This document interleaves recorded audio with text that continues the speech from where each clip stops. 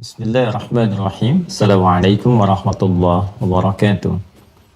Saudara-saudariku, alhamdulillah kembali kita diperkenankan oleh Allah Subhanahu wa taala untuk melanjutkan ta'lim kita di kesempatan kali ini. Semoga seluruh apa yang telah kita kerjakan diridhai oleh Allah Subhanahu wa taala, dan semoga setiap apa yang akan kita rencanakan dibimbing oleh Allah Subhanahu wa taala sehingga menjadi amal saleh yang juga diridhai oleh Allah Subhanahu wa taala. Pun demikian, tidak henti kita bermohon pada Allah, semoga seluruh hamba Allah yang masih beraktivitas, berkehidupan sampai detik ini namun belum beriman, dimantapkan jiwa mereka dan lisannya untuk bersyahadat sebelum wafat dan kembali kepada Allah Subhanahu wa taala. Pun demikian dengan para pelaku maksiat, semoga diperkenankan oleh Allah untuk dilembutkan hati mereka agar mau bertobat dan kembali meniti jalan yang benar serta merajut kehidupan yang baik, hayatan thayyibah. Dan tentunya kita juga bermohon supaya kita semua wafat dalam keadaan yang mulia, husnul khatimah. Karena itu mari kita berikhtiar dengan meningkatkan amal saleh kita dan menguatkan semua itu dengan pondasi keilmuan yang kuat, dan bersyukur pada Allah Subhanahu wa taala sampai hari ini kita dapat mempelajari dengan niat untuk menguatkan pondasi amal soleh kita dengan pokok-pokok keilmuan dalam syariat Islam. Dan kita mulai dengan bab al-aqidah. Di bab al-aqidah ada 6 simpul utama, 6 pokok pembahasan yang sesungguhnya ini akan menjadi pondasi dalam pembahasan akidah itu sendiri. Artinya pembahasan bab apapun dalam persoalan akidah itu akan mengakar keseluruhannya dari 6 simpul ini. Jadi seluruh pembahasan, topik-topik, subtopik, semua bermula dari 6 pokok ini. Jika kita menguasai dasarnya dengan baik, 6 pokok ini bukan hanya dapat menuntaskan segala persoalan yang terkait dengan hal akidah, menyangkut pokok keimanan, menepikan segala jenis keraguan, tapi juga mampu menjadikan pondasi amal kita kokoh, kuat, sehingga mudah bagi kita untuk termotivasi meningkatkan amal saleh yang mudah-mudahan mengantarkan kita pada rahmat Allah Subhanahu wa taala. Alhamdulillah, dari 6 simpul yang dimaksudkan yang kita kenal dengan rukun iman, 5 telah kita pelajari dan kita akhiri di pertemuan yang lalu dengan menyempurnakan bahasan seputar yaumul akhir dan terjadi tentang dahsyatnya kiamat. Setelah kita tuntaskan, sekarang timbul pertanyaan, bagaimana kita menyikapi semua aktivitas kita dalam menjalaninya supaya tertata dengan keseimbangan, tertata dengan penuh ketenangan, kenyamanan. Bagaimana kalau mendapatkan kebahagiaan, cara menyikapinya. Kalaupun merasakan satu duka cita, bagaimana juga kita menyikapinya. Nah, simpul yang keenam ini yang akan menyempurnakan pembahasan kita, sekaligus menuntun kita untuk bersikap proporsional dalam menuntaskan risalah kita sebagai khalifah di muka bumi ini, apapun passion yang tengah kita pilih dan aktivitas apapun yang tengah kita jalani. Karena itu, saya akan coba tuliskan kembali 1-5 untuk mengingatkan tanpa harus saya menerangkan, karena saya duga di urutan video sebelumnya telah tuntas saya uraikan satu persatu, sehingga apa yang telah saya ingatkan kepada teman-teman semua, termasuk mengingatkan diri saya pribadi, ketika dituliskan setiap satu simpul itu sudah terbayang di benak kita atas apa yang telah kita pelajari, juga capaian-capaian yang sudah kita dapatkan sampai detik kita belajar ini. Artinya kalau simpul pertama saya sebutkan terbayang di benak kita, kalau belum sampai bayangan itu serta goal yang kita harapkan, mohon untuk dikaji, dipahami, dan masuk ke dalam web setidaknya untuk memahami persoalan-persoalan terkait berkelindan dengannya, sehingga pemahaman kita dapat sempurna. Kemudian stepnya pelan-pelan dipelajari. Ini kan babnya sangat luas, dan setiap kita mempelajari, kalau diniatkan sebagai ibadah, ada pahalanya. Jadi jangan bosan untuk mengkaji. Ya, Anda bisa lihat di YouTube Mira, step 1, step 2, step 3, pelan-pelan deh ya. Kita kan tidak dituntut dengan hasil, ya, tapi kita dinilai berdasar proses. Kalau prosesnya benar, hasil akan mengikuti, ya. Jadi pelan-pelan dilihat, dipelajari capaiannya bagaimana, sehingga ketika disebutkan iman pertama, itu kan iman kepada Allah terbayang segala hal yang telah kita bahas. Kemudian kita juga merasakan sudah sampai di mana capaian kita, dan ada nggak perubahan dari kita sebelum belajar dengan setelah belajar. Mesti ada ukuran itu. Dan selalu ukurannya dua, ya. Selalu ukurannya dua, yang paling dasar. Satu, meningkat keimanan kita. Artinya kalau iman meningkat, cirinya amal solehnya bertambah kualitas dan kuantitas, dan terbangun kedekatan kita dengan Allah Subhanahu wa taala. Itu tanda. Ya, karena di dalam hadis Al-Bukhari dalam Kitabul Iman, Rasulullah sudah memberikan clue-nya. Al-imanu yazidu wa yantaqis. Yazidu bit ta'ah wa yantaqis bil ma'siyah. Ya, al-imanu yazidu wa yantaqis. Ya, iman itu naik, gitu kan? Dan kadang juga ada yang berkurang. Yazidu bit ta'ah, dia akan naik, meningkat dengan apa? Dengan ta'ah, membangun ketaatan. Sedangkan taat itu kepada siapa? Pada Allah. Ya, ati Allah wa ati ar-rasul, taat kepada Allah dan Rasulnya. Jadi artinya pengertian terbaliknya, orang-orang yang keimanannya meningkat, kan, itu parameternya bisa terlihat. Salah satunya apa? Pada peningkatan kualitas amal solehnya. Karena itu sering saya katakan amal soleh ini menjadi penanda, pengertian terbaliknya, penanda kekuatan iman seseorang. Jadi kalau kita sudah mempelajari rukun iman ini, iman pertama, simpul pertama, apa goalnya gitu kan? Kan sudah kita sampaikan, zikrullah. Ya, kalau sudah zikrullah terbangun kedekatan dengan Allah. Kalau sudah dekat, otomatis pasti amalnya meningkat dari segi kuantitas ataupun kualitas. Kuantitas sholat yang fardu bertambah dengan yang sunnah, kualitasnya semakin dinikmati, ya, semakin naik, semakin khusyuk, semakin kita ingin berlama-lama dalam ibadah, ya. Demikian selanjutnya. Iman simpul yang kedua, goalnya apa, capaiannya apa, perubahannya apa, gitu kan.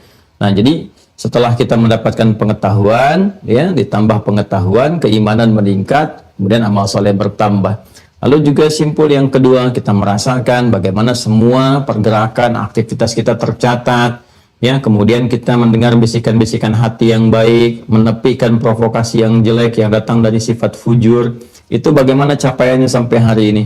Saya pernah sampaikan kepada kita semua, kalau kita semua berarti saya pribadi, Anda dan kita, supaya kita membuat satu target, ya, dalam sepekan misalnya atau sebulan kita belajar mengimplementasikan simpul yang kedua, misalnya lewat perangkat tubuh kita dulu, ya. Dari mata kita sadari bahwa mata ini setiap pergerakannya akan tercatat, maka hati-hati dalam memandang, imannya dipakai. Kullil mu'minina yaghuddu min absarihim, kan katakan pada pria-pria beriman, palingkan pandangannya dari yang jelek-jelek. Ya, wa kullil mu'minati yaghuddna min absarihinna. Pun demikian katakan pada perempuan yang merasa beriman, palingkan dari yang tidak baik. Maka dengarkan bisikan hati. Kalau ada sekiranya pandangan kita ini dipandang tidak benar oleh jiwa takwa kita, pasti akan protes diri kita ini. Ini nggak bagus, palingkan, kan? Demikian kalau ada provokasi mengatakan, lihat dulu sebentar, dan sebagainya. Nah, itu pasti sesuatu yang jelek, palingkan, ya. Hal demikian yang coba kita terapkan sebelum itu dicatatkan. Kalau sudah tercatat, tidak mudah lagi kemudian untuk mengeditnya. Ya, kita harus memaksimalkan motivasi untuk bertobat, memperbaiki dan sebagainya. Jadi mencegah itu lebih baik daripada mengobati. Ya, tobat itu sangat dianjurkan, tobat itu sangat dikuatkan. Ya, bahkan diwajibkan bagi kita semua untuk bertobat, beristighfar, memperbaiki diri dan sebagainya. Tapi mencegah untuk terjadinya suatu hal yang buruk itu diutamakan. Ya, karena itu simpul yang kedua ini memberikan penekanan kuat kepada kita bagaimana caranya kita terjaga dalam kehidupan sampai kita wafat kembali kepada Allah. Jadi kalau paham simpul kedua pasti punya kurikulum hidup. Nah, kurikulum ini mengacu kemana? Kepada kitab. Karena itu rajin minimal baca Al-Quran. Punya target kita. Membaca itu nanti memberikan keteguhan kepada hati, sehingga dari keteguhan ini membangkitkan motivasi. Kalau sudah ada motivasi, orang rajin baca, ingin kenal, ingin tahu isi. Ya, makanya motivasi baca itu kan pembuka gerbang untuk mengetahui isi. Anda membaca sesuatu kan untuk tahu isinya. Ya, nggak ada orang untuk asal baca saja gitu kan. Al-Quran dimotivasi oleh Rasulullah SAW, baru baca aja dapat pahala. Jadi motivasi kita membaca itu pertama, salah satunya dimotivasi oleh sabda Nabi. Ya, supaya kita mendapatkan rahmat Allah, keberkahannya, pahalanya. Nah, untuk apa semua itu berkumpul? Untuk mendorong kita memahami isinya. Ya, jadi interaksi lah. Setelah kita berusaha membaca, ada kesenangan, pasti akan ada dorongan untuk mengaji, mengkaji isinya gitu kan. Begitu kita kaji, kemudian kita lihat, kita amalkan. sehingga jadi pedoman. Jadi apa yang tadi kita rencanakan mengacu pada pedoman yang ada di dalam Al-Quran.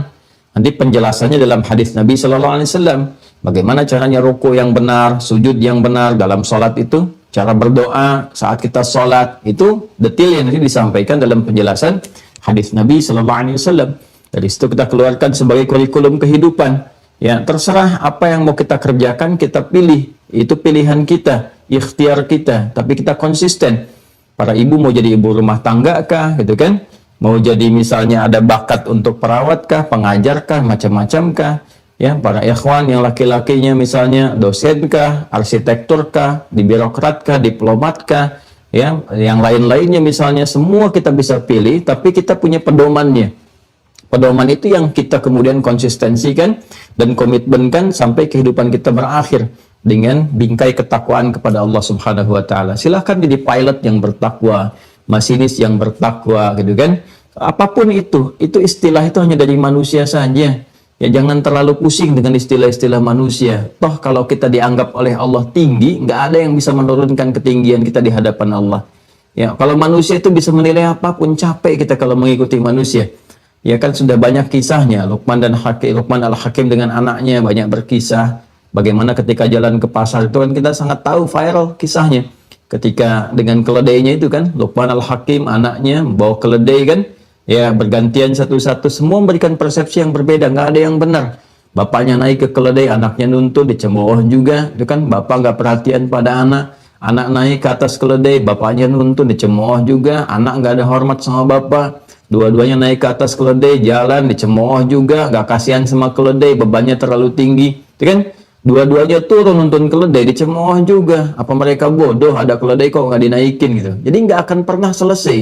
Jadi kalau kita melihat persepsi manusia, nggak akan ada yang sama. Memuaskan manusia nggak akan pernah tercapai. Ya, karena itulah beralihlah untuk menggapai ridha Allah Subhanahu wa taala, maka kita mendapatkan kepuasan tiada tara dan Allah akan memberikan nikmat sampai kita merasa puas. Padahal kaidah nikmat itu biasanya nggak pernah puas. Diberi sepeda, pengen motor, diberi motor, pengen mobil, itulah nikmat. Karena itu di dalam Al-Quran nikmat menggunakan kata itmam. Ya, agama kesempurnaannya digunakan kata kamal. Di Quran surah kelima Al-Maidah itu, ya di pertengahan ayat ketiganya, Al-Yauma akmaltu lakum dinakum, Al-Yauma akmaltu alaikum dinakum, wa atmamtu alaikum ni'mati. Ya, perhatikan kalimatnya, Al-Yauma akmaltu lakum dinakum. Pada hari ini aku sempurnakan untuk kalian, ya, agamamu. Itu menggunakan kata kamal, akmala yukmilu, kan? Al-Yauma akmaltu lakum dinakum, wa atmamtu alaikum ni'mati. Ketika agama menggunakan lakum, ketika nikmat menggunakan alaikum, dan itu menggunakan kata kamal dan itmam. Kalau kamal itu kesempurnaan yang paripurna, artinya nggak usah pakai pelengkap lagi, sudah sempurna seperti itu. Ditambahkan menjadi berkurang, dikurangi lebih kurang, itu kamal namanya. Ya, tapi itmam kesempurnaan yang terus diinginkan lebih. Jadi disebutkan dorongan manusia itu kalau diberikan nikmat selalu ingin merasakan lebih, tambah. Ya, tadi saya katakan, diberikan sepeda pengen motor, kasih motor pengen mobil, dan seterusnya. Itulah sifat nikmat. Tapi kalau kita benar ingin mendapatkan ridha Allah, kemudian kita mendapatkan karunia-Nya, maka Allah berikan nikmat kepada kita di luar kaidah tadi. Apa itu? Diberikan terus nikmat sampai kita merasakan dan mengatakan kepada Allah, ya Allah, puas ya Allah. Cukup ya Allah, alhamdulillah, nikmat ya Allah, puas ya Allah. Itu yang dimaksudkan di surah Ad-Duha. Wala sawfa yu'tika rabbuka fatarda. Ya, dan Rabbu akan memberikan kepadamu Muhammad SAW seluruh kenikmatan sampai engkau merasakan ridha. Ya, dalam bahasa kita sampai engkau merasakan puas dengan semua nikmat itu. Ya, kesempurnaan nikmatnya. Karena itulah saya selalu mengatakan semua kita arahkan kepada ridha Allah Subhanahu wa taala. Dengan mengharapkan ridha Allah, maka ada ketenangan dalam jiwa kita sampai kehidupan berakhir. Imma kita wafat atau kehidupan dunia memang akhir dan selesai semuanya, dan kembali kita mendapatkan keridhaan Allah itu. Wa ridwanun minallah. Kalau ridha Allah sudah ada, semua kenikmatan itu akan datang dengan secepatnya, semudahnya, dan bahkan dari sisi yang tidak kita duga-duga. Nah, untuk menyempurnakan itu semua, maka Allah berikan kepada kita simpul penutup yang dengan itu kita merasakan ketentraman, kenyamanan dalam setiap situasi. Jadi semua situasi itu dihadapinya dengan satu, ya, kunci yang indah, yaitu fala khaufun 'alaihim wa lahum yahzanun. Dan inilah sebetulnya esensi kehidupan kita membawa misi saat di muka bumi di dunia ini, tidak mendapatkan kesedihan yang berlebihan, kan? Ataupun juga tidak mendapatkan kegelisahan yang berlebihan. Jadi ada ketenangan, ada kesenangan. Simpul keenam ini disebut dengan al-qada dan al-qadar.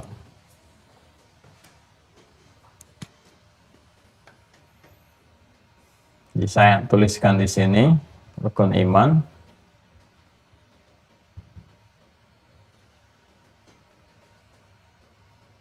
Simpul pertama telah kita tuntaskan, iman kepada Allah. Kedua, iman kepada malaikat, selesai. 3, iman kepada kitab. 4, iman kepada Rasul. Perhatikan korelasinya dan rasakan, bayangkan, citrakan apa yang telah kita bahas. Kemudian yang kelima, yaumul akhir dengan segala turunannya. Dan sekarang kita masuk ke simpul yang keenam, ini penyempurnanya, iman kepada al-qada dan qadar. Ya, qada dan qadar. Kita tuliskan seperti ini, al-qada wal qadar. Ya. Kurang lebih demikian ya. Ini sampai sini sudah saya terangkan dan seyogianya menjadi kurikulum kehidupan. Nah, hanya kan persoalannya begini, menjalani apa yang telah kita rencanakan tidak semudah dan semulus apa yang kita tuturkan dan apa yang kita bayangkan. Sehingga seringkali manusia mengatakan, wah, berkata itu mudah, tapi kan belum tentu dia menjalaninya, gitu kan? Ya kan? Nah, menjalani ujian itu kalau dikatakan mudah, tapi kalau kemudian dijalani dengan sesungguhnya, realnya, belum tentu semudah apa yang dikatakan. Tidak semudah membalik telapak tangan dan sebagainya. Nah, karena itu, Rahman Allah, fabi ayyi ala'i rabbikuma tukadziban. Dan letaknya ini terletak di surah Ar-Rahman, disebutkan berkali-kali untuk menunjukkan betapa sayangnya Allah kepada kita. Sebelum kita memohon, meminta, mengadu, sudah diberikan solusi dengan hadirnya simpul yang keenam ini. Jadi kalau kita merasakan suka pun, tuh kan? Atau kita memandang duka pun, itu kan pandangan kita aja yang merasakan. Suka duka itu kan bagian dari perasaan kita, ya kan? Ya, dan tidak bisa disimpulkan dari situ misalnya atas kesimpulan diri kita sendiri. Karena apa yang Allah tetapkan semuanya pasti baik. Ya, baik yang kita nilai sebagai hal yang disukai atau yang kita rasakan sebagai sesuatu yang duka, melahirkan duka ya bagi kita misalnya. Nah, ini sesungguhnya kalau kita tahu ilmunya, tahu seni untuk menghadapinya, maka tetap baik dalam keadaan suka yang kita pandang ataupun duka yang kita rasakan, seluruhnya akan menghadirkan satu output yang sama, goal yang serupa, yaitu fala khaufun alaihim, tenang, walahum yahzanun, dan senang. Ya, gimana nih, sedang duka sedalam-dalamnya tapi tenang gitu nampaknya, karena tahu hikmahnya akan begini, karena tahu oh ini nih yang Allah inginkan akan begini, saya harus mencari ini dan sebagainya. Kalaupun senang, ya suka, nggak berlebihan, tidak foya-foya berlebihan, tidak ria, tidak sum'ah, tidak sombong dan sebagainya, karena mengerti, oh iya, ini sih kalau Allah ambil besok lusa ya selesai juga, turun juga gitu. Ya tidak seperti yang digambarkan dan dirasakan sekarang. Ini ada seninya. Ya, ini ada ilmunya. Ilmu untuk bisa mendapatkan dua hal ini yang berkualitas, yang disebutkan isyarat pertama kalinya di Quran surah kedua Al-Baqarah ayat 38, "Qul nahbitu minha jami'a fa imma ya'tiyannakum minni hudan." Kan? Dengan hudan ini fala khaufun 'alaihim wa lahum yahzanun. Maka orang-orang yang berkehidupan di bumi itu kan cenderung merasakan ketenangan dan kesenangan. Kalau sudah begini kan dia sukses dan bahagia. Sukses dan bahagia. Ya kan? Artinya orang senang dan tenang itu kan sukses dan bahagia secara singkatnya. Sesuatu kesuksesan dan kebahagiaan yang digenggam erat, ya kan? Saya sering katakan ini disebut dengan aflah namanya. Ya, akar katanya falah, kemudian ditambahkan hamzah di depannya, dari falaha itu tambahkan hamzah untuk menggenggam sesuatu jadi aflaha, ya kan? Kemudian orang yang disebut dengan muflih turun ke sini, muflih, ya. Aflaha yuflihu, orangnya disebut dengan muflih. Kemudian jamaknya disebut dengan muflihun. Muflihun. Jadi orang-orang yang mendapatkan hudan dari Allah Subhanahu wa taala, kalau kita bahasakan dengan bahasa Arab yang sangat fasih, sangat tinggi, mereka atau orang-orang yang mendapatkan berada di atas petunjuk Allah Subhanahu wa taala. Menggunakan pedoman dalam berkehidupan, dipakai, tahu ini semua, gitu kan? Maka kita katakan ulaika ala hudan. Ya, dari siapa? Dari Rabb mereka yang merawat, yang memberikan segala kebutuhan, ya, melindungi dan sebagainya. Maka gunakan sifat rububiyah. Kita katakan ulaika ala hudam mir rabbihim. Maka mereka itulah pribadi-pribadi yang mendapatkan menggenggam kebahagiaan dan kesuksesan. Ya, ulaika humul muflihun. Ada kalimat itu di Quran? Ada di Al-Baqarah ayat yang kelima. Ulaika ala hudam mir rabbihim wa ulaika humul muflihun. Ya kan? Sempurna sekali. Tapi bagaimana tahapan mendapatkan ini semua setelah sempurna ininya?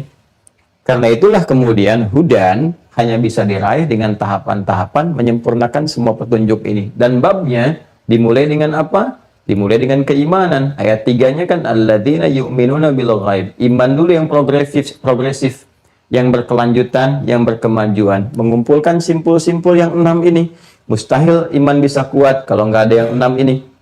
Ya. Karena itulah kalau 6 sudah ada, imannya menjadi menguat, ya kan? Iman semakin menguat dan berkelanjutan, ya, sehingga dari kata amanu kemudian terjadi progresnya peningkatan menjadi yu'minun, latihannya. Dari sini melahirkan identitas menjadi mu'minun, al-mu'minun. Nah, kemudian dari sini muncul bangunan amal soleh. Amilus salihat. Kalau ini sudah muncul, maka sempurnalah kemudian jiwa takwa yang melekat pada dirinya. Takwanya sempurna, takwa, ya kan? Kalau sudah sempurna, ini kan dilatih juga tuh. Dilatihnya dengan kata kerja juga. Yattaqa, yattaqi, tattaqu, tattakun, yattakun, kan? Tattakun misalnya kita ambil satu redaksi. Atau yattaqun, ya, yattaqun misalnya begini. Ini kan latihan nih, tattaqun, yattaqun, kata kerja masih verb latihan. Kalau sudah jadi identitas, takwa yang melekat kepada jiwa sehingga jiwanya senantiasa dikuatkan oleh iman dan dari situ selalu mengeluarkan amal saleh. Ini amal saleh, amal saleh, amal saleh. Lisannya saleh, pandangannya saleh, telinganya saleh, kakinya saleh, pekerjaannya saleh. So yang melekat pada dirinya saleh karena jiwa takwanya optimal, ya. Wa nafsi wa ma sawaha fa alhamaha fujuraha wa taqwaha. Fujurnya ditekan, takwanya muncul. Maka ketika menjadi identitas berubah namanya menjadi muttaqin. Ya. Ini jamaknya. Tunggalnya disebut dengan taqi, wa kana taqiyya wa barran biwalidayhi wa lam yakun jabbaran asiyya. Itu kan yang disebutkan di Quran surah ke-19 itu kan. Maryam dari ayat 12 sampai ayat 15-nya itu kan, ya, ketika menyebutkan Nabi Yahya alaihissalam bagaimana memegang teguh pedoman kitab dalam kehidupan. Ya Yahya khudhil kitaba biquwwah wa atainahu al-hukma sabiyya wa hananan min ladunna wa kana taqiyya wa barran biwalidayhi wa lam yakun jabbaran asiyya. Gitu kan? Nah, sampai penutupnya. Ini taqi, ini tunggal, muttaqin ini jamaknya. Kalau kita ingin munculkan jamak dan kaitkan dengan kata iman, mendapatkan hudan, sehingga ujungnya bahagia, maka Allah langsung gabungkan itu di pembuka Al-Baqarah, di ayat 2 sampai dengan ayat yang kelima. Kan? Setelah ayat pertama Allah menyampaikan alif lam mim, kemudian dzalikal kitab la raiba fi. Kalau sudah ini, berarti cakupannya ke sini, dan ke sini. Ya, hudan lil muttaqin, hudan disebutkan lil muttaqin jadi identitas. Bagaimana latihan mewujudkan ini? Kembali ke sini. Alladzina yu'minuna bil ghaib, namanya latihan. Ya kan? Kalau sudah latihan dengan apa? Dengan amal saleh ini. Yuqimunas shalah wa mimma razaqnahum yunfiqun dan seterusnya sampai kemudian ulaika ala hudan mir rabbihim Ini balik lagi, wa ulaika humul muflihun. Kalau sudah muflihun, menggenggam aflah. Aflahnya pindah kemana? Ke Al-Mu'minun. Surahnya pindah ke surah 23. Qad aflahal mu'minun. Jadi identitas. Apa identitas orang mukminun? Salatnya sudah berkualitas. Alladzina hum fi salatihim khashi'un. Khusyuknya muncul, meninggalkan perbuatan yang sia-sia. Walladzina hum 'anil lagwi mu'ridun. Sampai terus mendapatkan surga Firdaus. Itu kan ulaika humul warithun alladzina yarithunal firdausa hum fiha khalidun yaumul akhir. Nah, sekarang untuk menyempurnakan ini semua yang tidak mudah kita rasakan dan kita jalani, tidak mudah menunaikan sholat dengan khusyuk, bahkan untuk sekedar sholat pun tidak mudah, ya, karena gejolaknya tiba, tantangannya ada. Apakah bangun subuh itu bisa ditunaikan dengan begitu mudahnya? Belum tentu. Mesti ada perjuangan, mesti ada macam-macam dan sebagainya. Apalagi kompleksitas kehidupan sebagai implementasi dari amal soleh dan ibadah kita. Maka ini menjadi penting untuk kita bahas. Nah, pembahasan ini mesti hati-hati teman-teman sekalian. Ini pembahasan yang sangat sensitif. Ya, keliru memahami sedikit bisa fatal akibatnya. Apalagi kalau disengaja, itu yang tidak boleh. Ya, karena itu ulama sangat berhati-hati kalau menerangkan ini, dan kita pun memohon perlindungan kepada Allah Subhanahu wa taala serta bimbingannya supaya tidak keliru dalam memahami, menjelaskan dan sebagainya, dan mengacu pada keterangan-keterangan Allah di dalam Al-Qur'an. Ya, juga penjelasan Rasulullah SAW yang menjelaskan si kandungan Al-Quran berdasarkan petunjuk dari Allah Subhanahu wa Ta'ala. Sehingga para ulama yang menjelaskan tentang qada dan qadar, nah, seringkali menyampaikan dengan hal yang singkat saja. Singkat, kemudian menjelaskan ayat-ayat, hadis-hadis dan sebagainya, sehingga tidak jatuh pada kekeliruan dalam menerangkannya. Karena ini sangat sensitif pembahasannya dan bisa menentukan rasa pada manusia, sehingga dengan rasa itu melahirkan sebuah kesimpulan. Ya, oh sudahlah, sudah begini, ya sudah begini saja. Itu yang paling bahaya, ya kan? Ya udahlah, sudah Allah tetapkan, mau ngapain lagi gitu kan? Nah, itu sesuatu yang bisa keliru. Padahal boleh jadi konsepnya tidak demikian, ya kan? Nah, karena itu ketika Imam Ahmad ditanya, misalnya Imam Ahmad bin Hanbal, saya beri contoh, ditanya, apa itu qadar Allah? Ya beliau mengatakan, al-qadaru qudratullah. Ya, qadar itu ya qadarnya ketetapan Allah Subhanahu wa Ta'ala. Maka pernyataan singkat, padat, tapi mengembalikan kepada seluruh turunan makna-makna yang dimaksudkan. Nah, kita mohon kepada Allah, mudah-mudahan kita diberikan pemahaman yang baik, yang cukup, dan punya kekuatan untuk mengamalkan apa yang telah Allah kemudian gariskan dalam kehidupan kita. Baik, karena itu, untuk memudahkan bahasan ini, saya akan mencoba memberikan sebuah gambaran yang singkat, yang padat, ya, yang memberikan satu penjelasan utuh yang nanti citranya akan sampai ke sini. Dan ini mungkin agak jarang ditemukan di kitab-kitab karena saya kumpulkan, dihimpun, dan bagaimana caranya merumuskan dengan sesuatu yang mudah untuk diterima. Dan semoga Allah izinkan itu, ya. Nah, sekarang lihat dulu ke sini ya, teman-teman sekalian. Saya akan berikan gambaran seperti ini. Saya mau buat garis seperti ini untuk memudahkan bahasan dulu. Ya. Sudah? Ini saya katakan, ini yang pertamanya ya. Garis pertama saya buat dari sini kan. Ini al-awwal namanya. Ya. Awal sudah jadi bahasa Indonesia, kita serap awal. Ya. Bahkan yang paling menarik, ditambahkan mula. Awal mula kejadian ini berlangsung. Awal mula itu kan mulanya, awalnya gitu. Baik. Kemudian yang ini kan ujungnya akhir kan. Al-akhir. Ya? Kalau di sini kan kita nggak pernah tahu di mana titik mulanya, gitu kan? Ini kan kita tuliskan aja, kita berikan tanda. Ya, artinya berlangsung, yang paling awal, ini ujungnya, gitu kan? Akhirnya. Nah, saya ingin tunjukkan bagaimana Allah Subhanahu wa Ta'ala maha mengetahui, maha menguasai, bahkan melekatkan nama dan sifat yang mulia, yang agung kepada dirinya, kepada zatnya.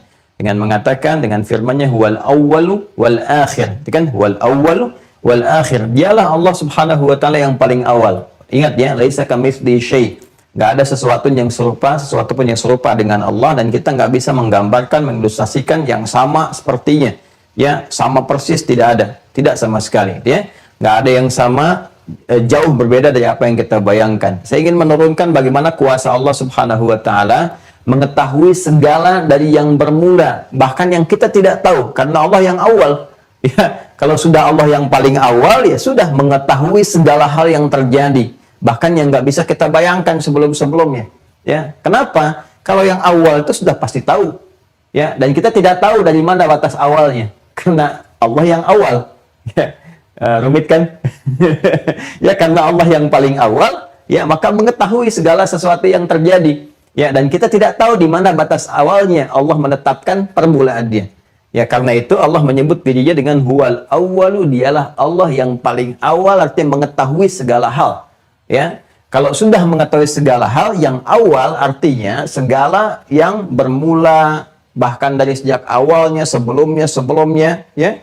Karena itu semua yang berlangsung dari titik ini, kalau kita ilustrasikan, kalau ini titik kehidupan kita gitu kan, taruhlah misalnya seperti ini, dan Allah nggak ada batas dari awalnya. Nah, ini kalau kita berlangsung dari sini terus ke sini pun, maka pengetahuan Allah yang akan mencakup seluruhnya, sampai ke sini, sampai sebelumnya, terus tiada batasnya. Karena awalnya nggak ada batasnya bagi Allah Subhanahu wa Ta'ala. Manusia punya keterbatasan. Awal hidupnya, awal dilahirkannya, kemudian akhir kehidupannya berjalan terus seperti ini. Sedangkan karena Allah nggak ada batasnya, maka otomatis sifat pengetahuannya pun yang melekat kepada Allah Subhanahu wa Ta'ala nggak ada batas. Ya, karena nggak ada batas, luas cakupannya, mencakup sebelumnya ke sini, kan? Ataupun terus sampai ke tiada ujungnya.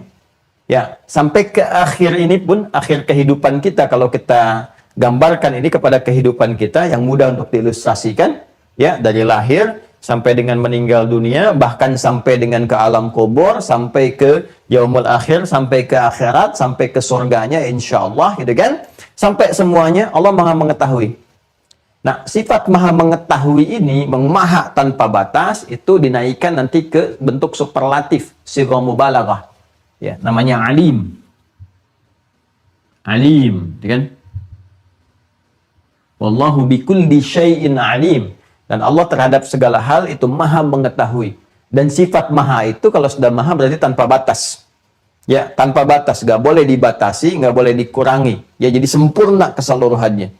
Baik, kalau kita ilustrasikan ini ke kehidupan kita saja manusia misalnya. Ya, kehidupan manusia. Pelan-pelan ya teman-teman, ya, nanti akan paham kemana arahnya. Ya, ini misalnya si fulan X, ya, dari mulai dikandung, ya, dilahirkan, terus sampai dengan wafat, ya, sini ajalnya. Jelas ya? Ini yang akan dilaluinya. Dari mulai dikandung, dilahirkan, mulai ditiupkan roh kan usia 4 bulan, sudah ada tanda kehidupan kan? Ya kan? Maka dimulai awal kehidupannya sampai dilahirkan, terus sampai meninggal dunia. Bahkan sampai kembali kepada Allah Subhanahu wa Ta'ala, sampai nanti masuk surganya dan sebagainya, mendapatkan rahmat Allah. Ya, dan semoga kita termasuk bagian yang demikian. Nah, dari semua ini tidak akan lepas dari hukum sifat kuasanya Allah, sifat maha mengetahuinya Allah. Semua hal yang terjadi karena sudah otomatis Allah itu huwal awwal wal akhir, pasti akan sangat mengetahui apa yang akan dilaluinya, apa yang telah dilaluinya, kemudian apa yang kemudian ke depan akan dilalui sampai ujung kehidupannya. Sudah otomatis, ya. Sudah melekat kuat, sudah pasti akan melekat pada zatnya Allah Subhanahu wa Ta'ala.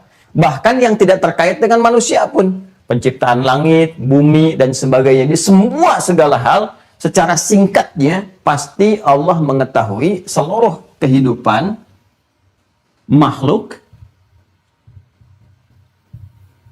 baik terkait dengan manusia, hewan, tumbuhan, dan alam semesta secara umumnya, universe. Seluruh kejadian yang terkait erat dengan kehidupan ataupun semua kejadian yang ada tidak akan lepas dari pengetahuan Allah Subhanahu wa Ta'ala dengan sifat alimnya. Ini sudah mutlak, nggak boleh ditawar, ya. Karena pengetahuan yang melekat pada Allah harus menguasai segalanya, harus maha.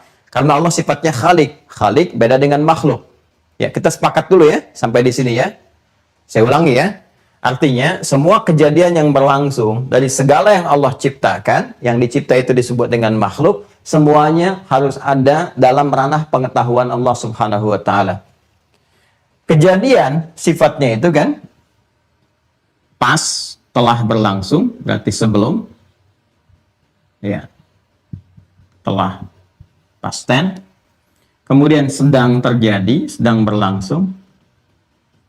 Kemudian akan terjadi. Ya.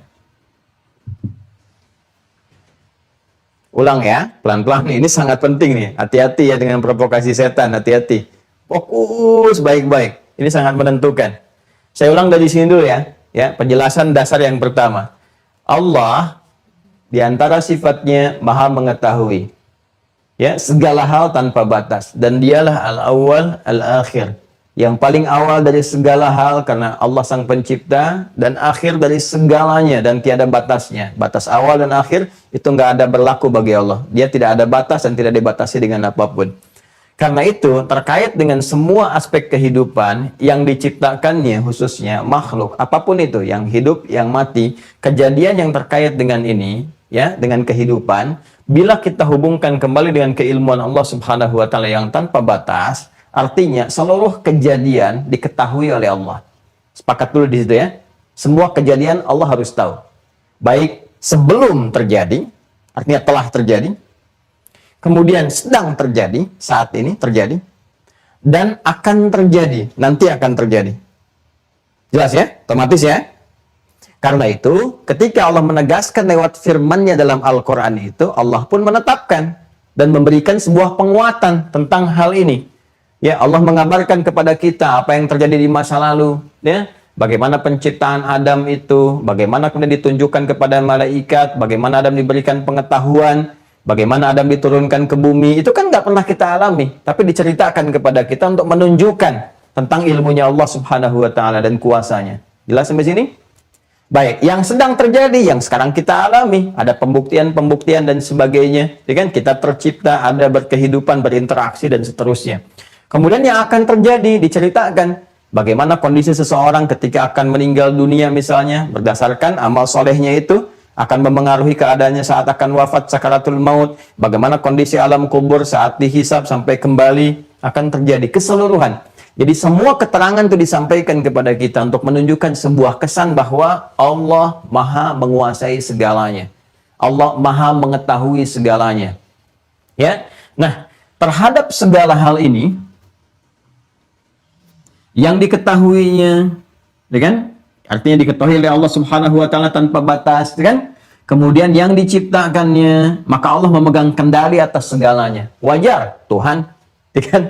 Menguasai atas segalanya. Wajar pencipta Tuhan mengetahui, ya pasti sudah menguasai, mengendalikan dan sebagainya. Ya, menguasai, mengendalikan, menentukan segalanya, dan termasuk menetapkan hukum-hukum dan sebagainya. Itu turunan katanya berasal dari kata qadara namanya. Ya. Kalau kita ingin tetapkan, misal dari urutan kata ini, menetapkan, menyusun, menentukan, mengatur, ya kan? Dengan sempurna, secara bertahap, misalnya membuat hukum-hukum secara bertahap. Kalau begini, jadi begini. Kalau seperti ini, resikonya akan begini, ya kan? Nah, sesuatu yang berlangsung secara sistematis, rapi, bagus, terurut, ya kan? Sesuai dengan kebutuhan-kebutuhan tempat, maka gunakan tasydid di huruf keduanya.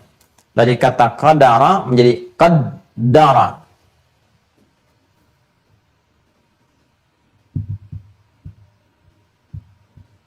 Ya. Pelan-pelan ya. Dari kata qadara menjadi qaddara. Jelas? Baik. Kemudian kalau kita ingin jadikan misalnya bentuknya lebih superlatif lagi. Ya, superlatif.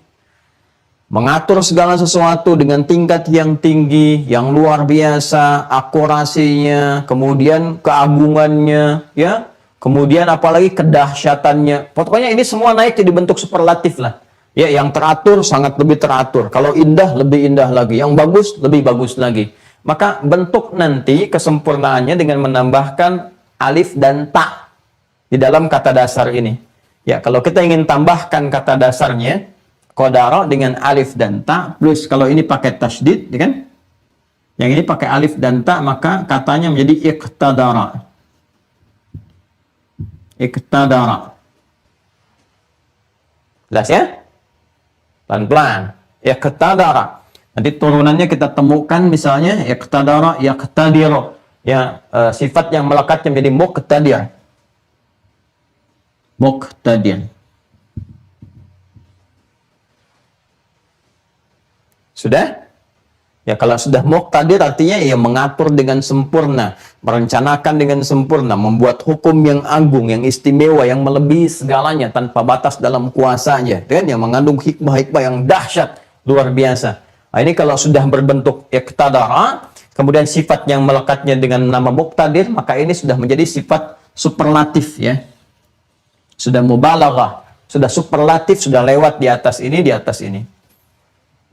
Kalau ini qaddara, kemudian yang melekatnya disebut dengan muqaddir, qaddara yuqaddiru, ya.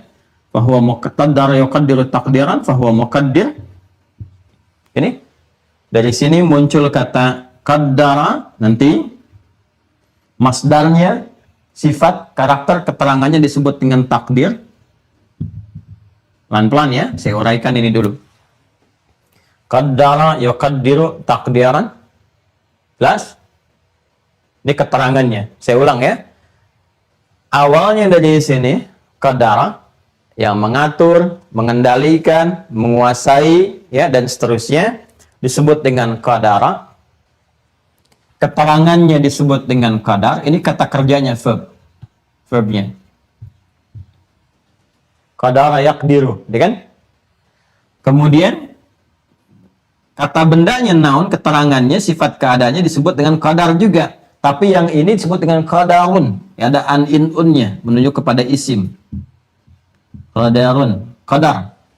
Ya, karena di bahasa Arab itu ujungnya selalu dimatikan. Dimulai dengan harakat, diakhiri dengan sukun. Maka kita singkat dengan qadar. Makanya harus lihat konteks, apakah itu kata benda atau kata kerja. Sifat yang melekat kepada penguasaan ini, ya, yang mengendalikan, menguasai, membangkitkan, menempatkan ini dan itu, maka ini sifatnya, ya, yang melekat kepada subjeknya disebut dengan qadir namanya. Awas, fokus ya, fokus ya. Tadi kata qadar, ya, qadara, muncul keterangannya, keadaannya disebut dengan qadar, qadarun, ya kan? Kemudian pengendalinya, yang menguasai, mengendalikan, mengatur disebut dengan qadir. Kalau kita ingin bentuk superlatif dari ini, qadir menjadi qadir. Ya, qadir. Jadi bentuk superlatif dari ini. Sighah mubalaghahnya. Artinya yang maha mengendalikan, maha segalanya, maha menentukan, maha mengatur, dan seterusnya. Kalau kita ingin naikkan ini, untuk menunjuk kesan kesempurnaan yang teratur. Ya, memberikan aturan secara sistematis, yang teratur, ini hikmahnya ke sini, ini ke sini. Kalau mengerjakan ini resikonya akan begini, kalau melakukan ini ujungnya akan seperti ini. Ya, silahkan gali hikmah begini-begini, diberikan kebebasan misalnya untuk memilih begini apakah seperti ini, diberikan petunjuk kemana itu harus diambilnya, dijalaninya dan sebagainya, tanpa harus dipaksa untuk memilih, tapi membuat sebuah sistem yang rapi, sistematis, ya. Itu disebut dengan qaddara, naik dari sini ke sini. Ya, qaddara yuqaddiru. Kemudian kata benda, keterangan, keadaan, karakternya disebut dengan takdir namanya. Jelas ya? Nah, kalau kita ingin naikkan level ini menjadi segala yang disusun itu sangat sempurna, sangat tinggi, sangat agung, nggak ada yang bisa menyainginya, tingkatnya paling dahsyat, maka naikkan dari sini ke sini, jadi iqtadara. Jelas? Kemudian yang memiliki kewenangannya disebut dengan muqtadir. Nah, apa yang ingin saya katakan? Yang ingin saya katakan adalah ketika di awal saya terangkan Allah maha mengetahui segala kejadian dalam kehidupan, melekat semua kepada makhluk, apapun itu. Karena sifat pengetahuan Allah nggak ada batasnya, ya kan? Dengan sifat ini, maka Allah pun bukan hanya mengetahui, tapi juga mengatur, menetapkan, mengendalikan. Karena konsekuensi dari menciptakan sesuatu, itu pasti konsekuensinya merawatnya. Ya, merawatnya, memberikan perhatian, membuat sebuah sistem yang baik, apapun itu. Bahkan dalam kita pun, ya, dalam sistem kemanusiaan berkehidupan, ya, yang kita membuat sesuatu pun, yang sesuatu itu nggak abadi, tetap kita perhatikan, kan? Silakan Anda cek. Yang membuat meja akan ada kontrol quality, dilihat gimana kualitas mejanya. Membuat spidol aja dibuat nih, dicek bahan-bahannya kan kita cari, gitu kan? Kemudian dari berbagai sumber yang telah Allah tetapkan, ini pasti dikontrol juga nih, detail dibuat gimana, apa dan seterusnya, sampai kita berikan perhatian, kita rawat dan sebagainya. Karena sifat membuat itu pasti akan disertai dengan perhatian, perawatan, pemenuhan apa yang dibutuhkan dan sebagainya. Apalagi kalau kita kemudian ingin arahkan pembahasan kepada Allah. Jadi menuntut sifat mengetahuinya akan menuntut dari segala yang dicipta itu untuk memperhatikan, mengendalikan, merawat, mengarahkan, memenuhi kebutuhan dan segalanya. Semua aspek yang terkait dengan ini disebut dengan qadar namanya. Ya. Penguasanya disebut dengan qadir. Ya, superlatifnya disebut dengan qadir. Ketetapannya disebut dengan qadar. Sistem yang teratur, yang rapih, terperinci, mengandung hikmah disebut dengan takdir. Kata kerjanya qaddara, dan sifat tertinggi untuk mengatur itu semua, ya, yang melekat kepada Allah disebut dengan muqtadir, dari kata iqtadara. Tahukah Anda, semua turunan yang terkait dengan ini tidak disisakan sedikit pun kecuali tercantum dalam Al-Quran untuk menunjukkan bahwa begitu sempurnanya Allah menata kehidupan. Sehingga semua turunan ini pun ada didapatkan dalam Al-Quran. Ya. Qadara, menurunkan, ini dulu qadir misalnya kan, yang langsung melekat pada sifat Allah Subhanahu wa Ta'ala. Buka Quran surah ke-6 ayat 65. Al-An'am ayat 65. Qul huwal qadiru ala ayyab'atha. Ya kan? Ada kalimatnya? Adzaban min fawqikum atau min tahti arjulikum. Ada? Qul huwal qadiru. Satu. Ketemu. Jelas? Baik. Kedua, perhatikan kalimatnya. Kita turunkan ke sini. Bentuk superlatifnya. Qadir, bahkan disebutkan 9 kali dalam Al-Quran. Qadir. Wallahu ala kulli syai'in qadir. Ya, yang membentuk wallahu ala kulli syai'in qadir disebutkan 9 kali dalam Al-Quran. Ya. Qadir, contoh kita ambil salah satunya di Quran surah kedua Al-Baqarah. Ayat, kita ambil ayat 284 misalnya kan? Sudah? Sampai 285, coba dilihat. Sudah? Yang lillahi ma fis samawati wa ma fil ardh wa in tubdu ma fi anfusikum aw tukhfuhu yuhasibkum bihillah fayaghfiru liman yasha wa yu'adzibu man yasha wallahu ala kulli syai'in qadir. Ada ayatnya? Baru ayat 285-nya amanar rasul, seperti pernah kita bahas di pertemuan sebelumnya, dikaitkan dengan simpul yang ini. Jadi simpul 1 sampai dengan ke-4 jadi kita dapatkan di ayat 285, simpul yang ke-6-nya ada di ayat 284, nanti terakhirnya ada di 286-nya. Ada ayatnya? Wallahu ala kulli syai'in qadir, ya kan? Atau di Quran surah ketiga Al-Imran ayat 29. Qul in tukhfu ma fi sudurikum aw tubduhu ya'lamullah wa ya'lamu ma fis samawati wa ma fil ardi wallahu ala kulli syai'in qadir. Ya paling kanan sebelah bawah. Ya kita dapati itu. Qadir artinya apa? Qadir ada di Al-Quran. Qadir ditemukan juga di dalam Al-Quran. Baik. Pelan-pelan. Qadar ada juga dalam Al-Quran. Qadar. Ya, Quran surah ke-54 ayat 49. Quran surah 54 Al-Qamar ayat 49. Inna kulla syai'in khalaqnahu biqadar. Ada? Baik ya. Pelan-pelan ya. Saya ingin turunkan bagaimana kemudian Allah Subhanahu wa Ta'ala menghadirkan kesemuanya ini. Ada? Baik. Jadi turunan dari semua ini, qadara, kalau kita turunkan kata kerja ini, ya ada semua. Qadir ada, qadir ada, qadar ada. Naikkan ke sini, pakai tasydid. Sampai kita temukan kata takdir nanti kan, yang kering kita sebutkan. Ya, buka surah Al-A'la. Quran surah Al-A'la. Ayat 3. Yuk kita baca sama-sama. Sabbihisma rabbikal a'la. Alladzi khalaqa fasawwa. Walladzi qaddara fahada. Quran surah Al-A'la, surah 87 ya, ayat ketiga.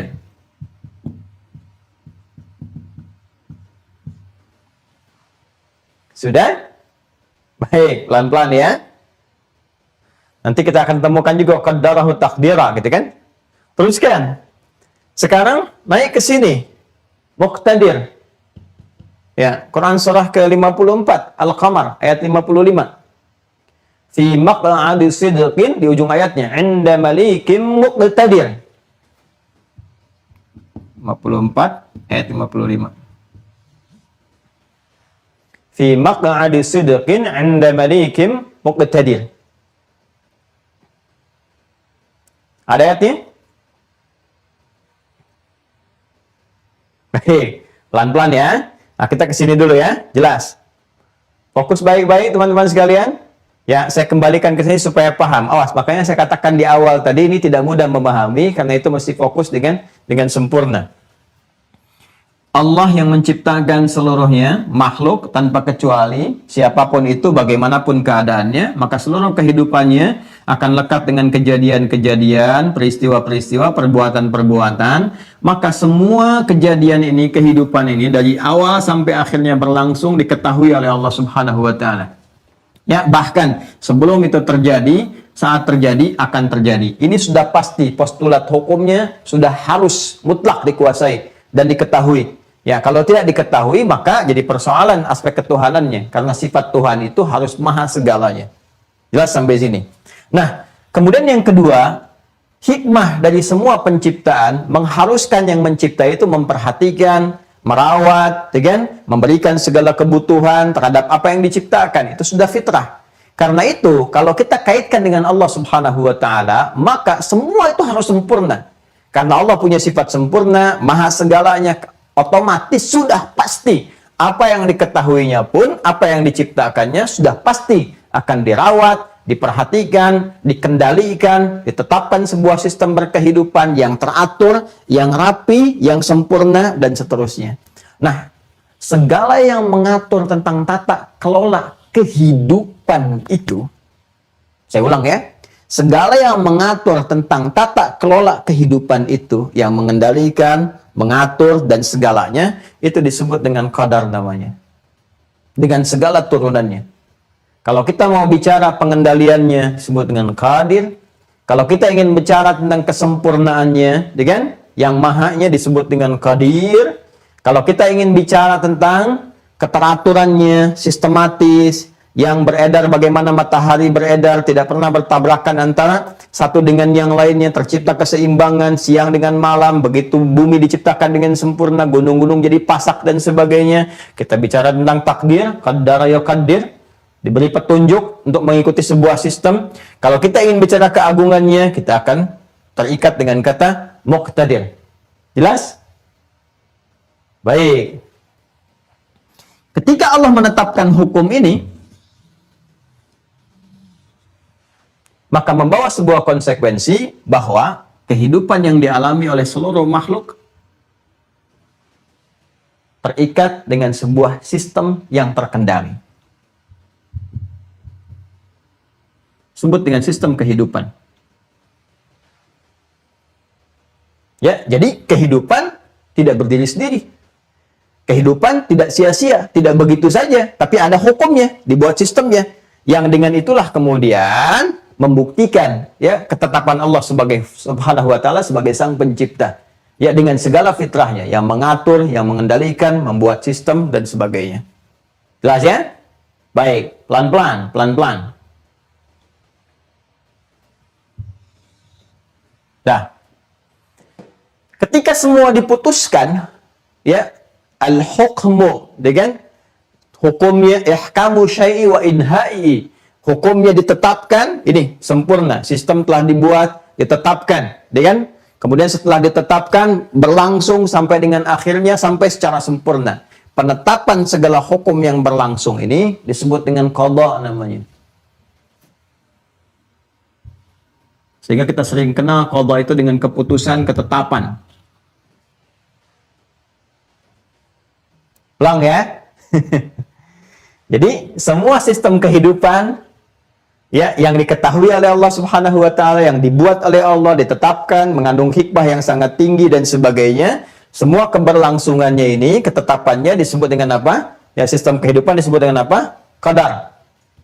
Ya. Ketika itu diputuskan, ditetapkan dengan satu yang singkat saja, dengan perintahnya, ya. Apa itu? Kita beri contoh misalnya di Quran surah kedua Al-Baqarah ayat 117. Quran surah 2 Al-Baqarah ayat 117. Paling kiri di pertengahan. Ya. Badi'us samawati wal ard. Wa idza qada amran. Kata kerjanya wa idza qada amran. Dan jika Allah menetapkan satu hal, ini sedang membuat sistem kehidupan ditetapkan oleh Allah, akan begini, akan begini, akan begini, selesai begini, begini, hikmahnya seperti ini. Ya. Apa yang dikatakan? Kun fayakun, selesai. Jadi, maka jadi. Maka kalau kita bicara qadar, qadarnya Allah, berarti sistem kehidupannya. Ya, yang berlaku di semesta dan seterusnya. Ya kan? Nah, ketika Allah menetapkan semua sistem ini berlaku keseluruhannya, ya sudah dengan mengatakan kun fayakun, jadi maka jadi, maka itu disebut dengan qada namanya. Ya. Dari sini muncul pembahasan tentang qada dan qadar. Al-qada wal qadar. Jadi kalau kita bicara qada adalah keputusan Allah yang menetapkan segala hal berdasar dengan kebijakannya mengenai sistem kehidupan yang berlaku. Ya, yang terkait dengan makhluk. Karena semua terkait dengan kehidupan, maka semua aspek yang dijalani dalam kehidupan itu sudah tidak akan pernah keluar dari ketetapan Allah Subhanahu wa taala yang terkait dengan sistem hidup yang kita alami, qadar, ya kan? Kemudian yang kedua adalah keputusan Allah yang menjadikan sistem ini berlaku dalam kehidupan disebut dengan qada. Ya. Jadi kalau kita sekali lagi bicara tentang qada dan qadar, artinya adalah segala ketetapan Allah Subhanahu wa taala, ya kan? Yang terkait dengan sistem kehidupan seluruh makhluknya yang telah ditetapkan dengan hikmah-hikmah tertinggi yang sesuai dengan kemaslahatan makhluk yang Allah kehendaki. Jelas sampai di sini? Baik, ini baru pengantar ya, baru pengantar. Kita belum bicara kepada sistemnya. Ya, saya ingin pahamkan dulu sampai sini. Nah, kalau sudah paham ya kita cek dulu. Ya, kalau sudah paham kita cek dulu. Semua yang berkehidupan ini, apakah Allah ketahui? Baik, Allah ketahui ya, kita jawab. Sifat Allah harus mengetahui semua itu. Karena itu disebut dengan apa? Alim. Apakah Allah mengetahui yang sebelum terjadi? Ya, diketahui yang sebelum terjadi. Yang sedang terjadi? Ya, sedang terjadi. Yang akan terjadi? Ya, akan terjadi. Baik, sampai sini kita sepakat bahwa Allah mengetahui segalanya. Kemudian kita juga harus sepakat bahwa Allah mencipta segalanya. Karena itu disebut dengan Khalik. Quran surah ke-15 ayat ke-28. Allah menyebut dirinya dengan Khalik. Ya, wa idz qala rabbuka lil malaikati inni Khalik. Ketika Allah berfirman kepada para malaikat, aku adalah Khalik yang mencipta.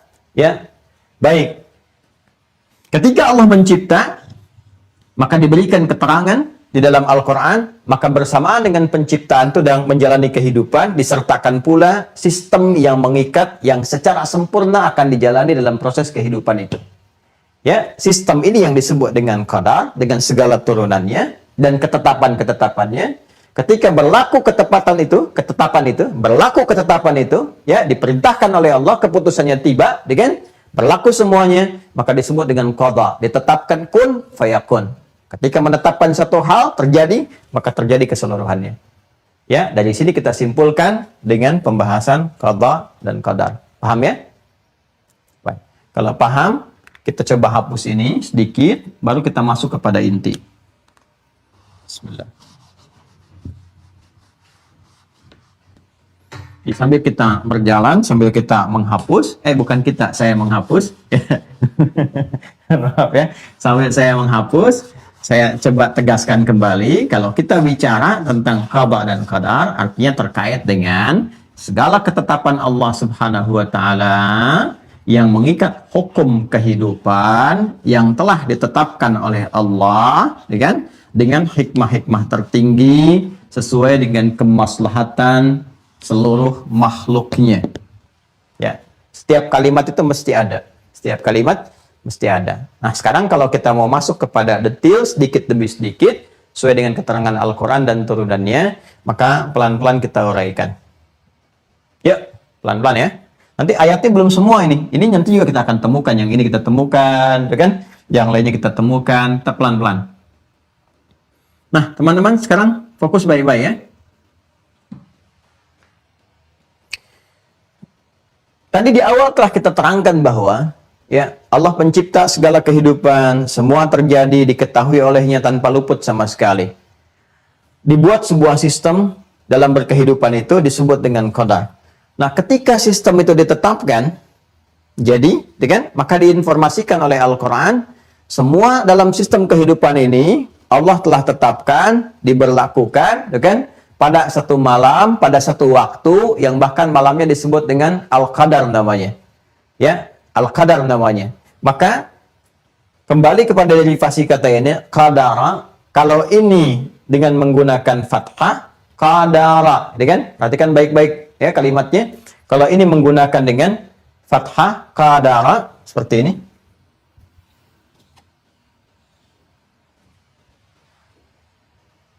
Sudah? Baik, pelan-pelan. Kalau ini nanti menggunakan sukun. Ya. Qadran.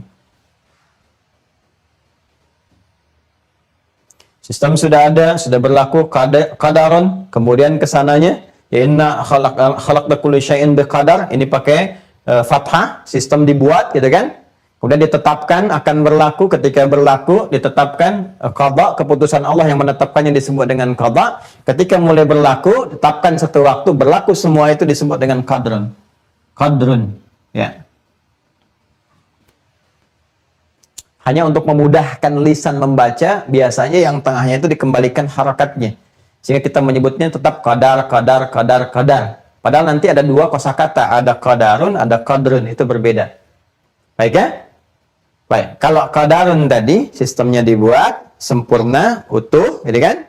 Kemudian keputusan berlakunya sistem itu disebut dengan qada, yang keputusan menetapkan itu berlaku, saat berlaku dijalani disebut dengan qadrun namanya. Ya. Nah, cuma kita menyebutnya dengan dua nama yang sama saja untuk memudahkan pengucapan lisan, qadar, qadar, qadar, qadar. Baik.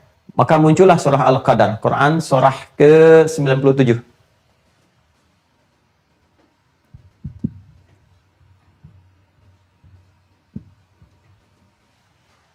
Sudah? Yuk, nanti Anda cari ya dimanapun, di kitab manapun yang detail menerangkan seperti ini. Allahu Akbar, nggak ditemukan. Makanya saya sering katakan, hanya mencipta sesuatu yang mengetahui sesuatu itu dengan sempurna. Ya, dan Allah mencipta segalanya, maka Allah yang maha mengetahui segalanya dengan sempurna. Bahkan ini pun turun surahnya, surah Al-Qadar. Ya, ya, kita karena ingin bicara detail, kita bertanya kepada Allah, ya Allah, kapan itu ditetapkan? Bagaimana keadaannya? Seperti yang kau firmankan, bukan kami yang kemudian kreasikan dan sebagainya, atau rekayasakan, atau kita mencari-cari, tidak. Semua bersumber dari sini. Maka turun Quran surah 97 disebut surahnya surah Al-Qadar. Al-Qadar, ya kan? Suratul Qadri, Al-Qadar. Ingat nggak pakai fathah ya di dalnya, di dalnya. Seperti ini Al-Qadar. Surah 97. Ya, surah yang menunjukkan tentang berlakunya ketetapan ini. Sistem yang dibuat dalam berkehidupan dan sebagainya. Baik, kita mulai ya. Pertama, karena ini persoalan agung yang sangat tinggi, ya, yang sangat besar. Dan saya sering sampaikan di awal, jika Allah ingin menyampaikan segala hal yang agung, yang tinggi, yang nilainya dahsyat dan seterusnya, maka Allah akan menggunakan bentuk ta'zimun nafsi, li ta'zimis sya'ni. Dan itu menggunakan bentuk nahnu atau singkatannya na, atau diberikan taukid di depannya dengan inna. Ya, inna pendek begini, berjumpa dengan ta'zimun nafsi, ya kan? Ditambahkan bisa dengan na seperti ini. Ya. Jadi kalau inna begini ketemu dengan na begini bentuk ta'zimun nafsi, maka kalimatnya akan berbentuk seperti ini. Inna. Ya. Karena ini agung, ini tinggi, peristiwanya dahsyat, maka Allah pun buka dengan bentuk ta'zimun nafsi, menunjukkan keagungannya, ya, demi menyampaikan sesuatu yang sangat agung, sangat tinggi, sangat luar biasa. Inna anzalnahu fi lailatul qadar. Perhatikan baik-baik ya. Inna anzalnahu fi, sampai ke sini. Ini saya kasih garis, saya kasih panah. Anzalnahu, ya. Anzalnahu fi lailatul qadar. Ya. Sudah? Sungguh kami turunkan Al-Quran itu dengan segala keagunganku, kata Allah Subhanahu wa Ta'ala, pada malam Al-Qadar. Malam ditetapkannya segala hal yang terkait dengan sistem berkehidupan. Pelan-pelan, ya. Awas, hati-hati. Kalau sudah menggunakan kata qadrun seperti ini, artinya apa? Semua sistem kehidupan yang berlaku, ya, segalanya dalam proses kehidupan kita, baik manusia ataupun yang lain di semesta ini, maka mulai ditetapkan. Ya, dan keputusan Allah nanti untuk mengatakan kun fayakun, terjadi itu qadanya.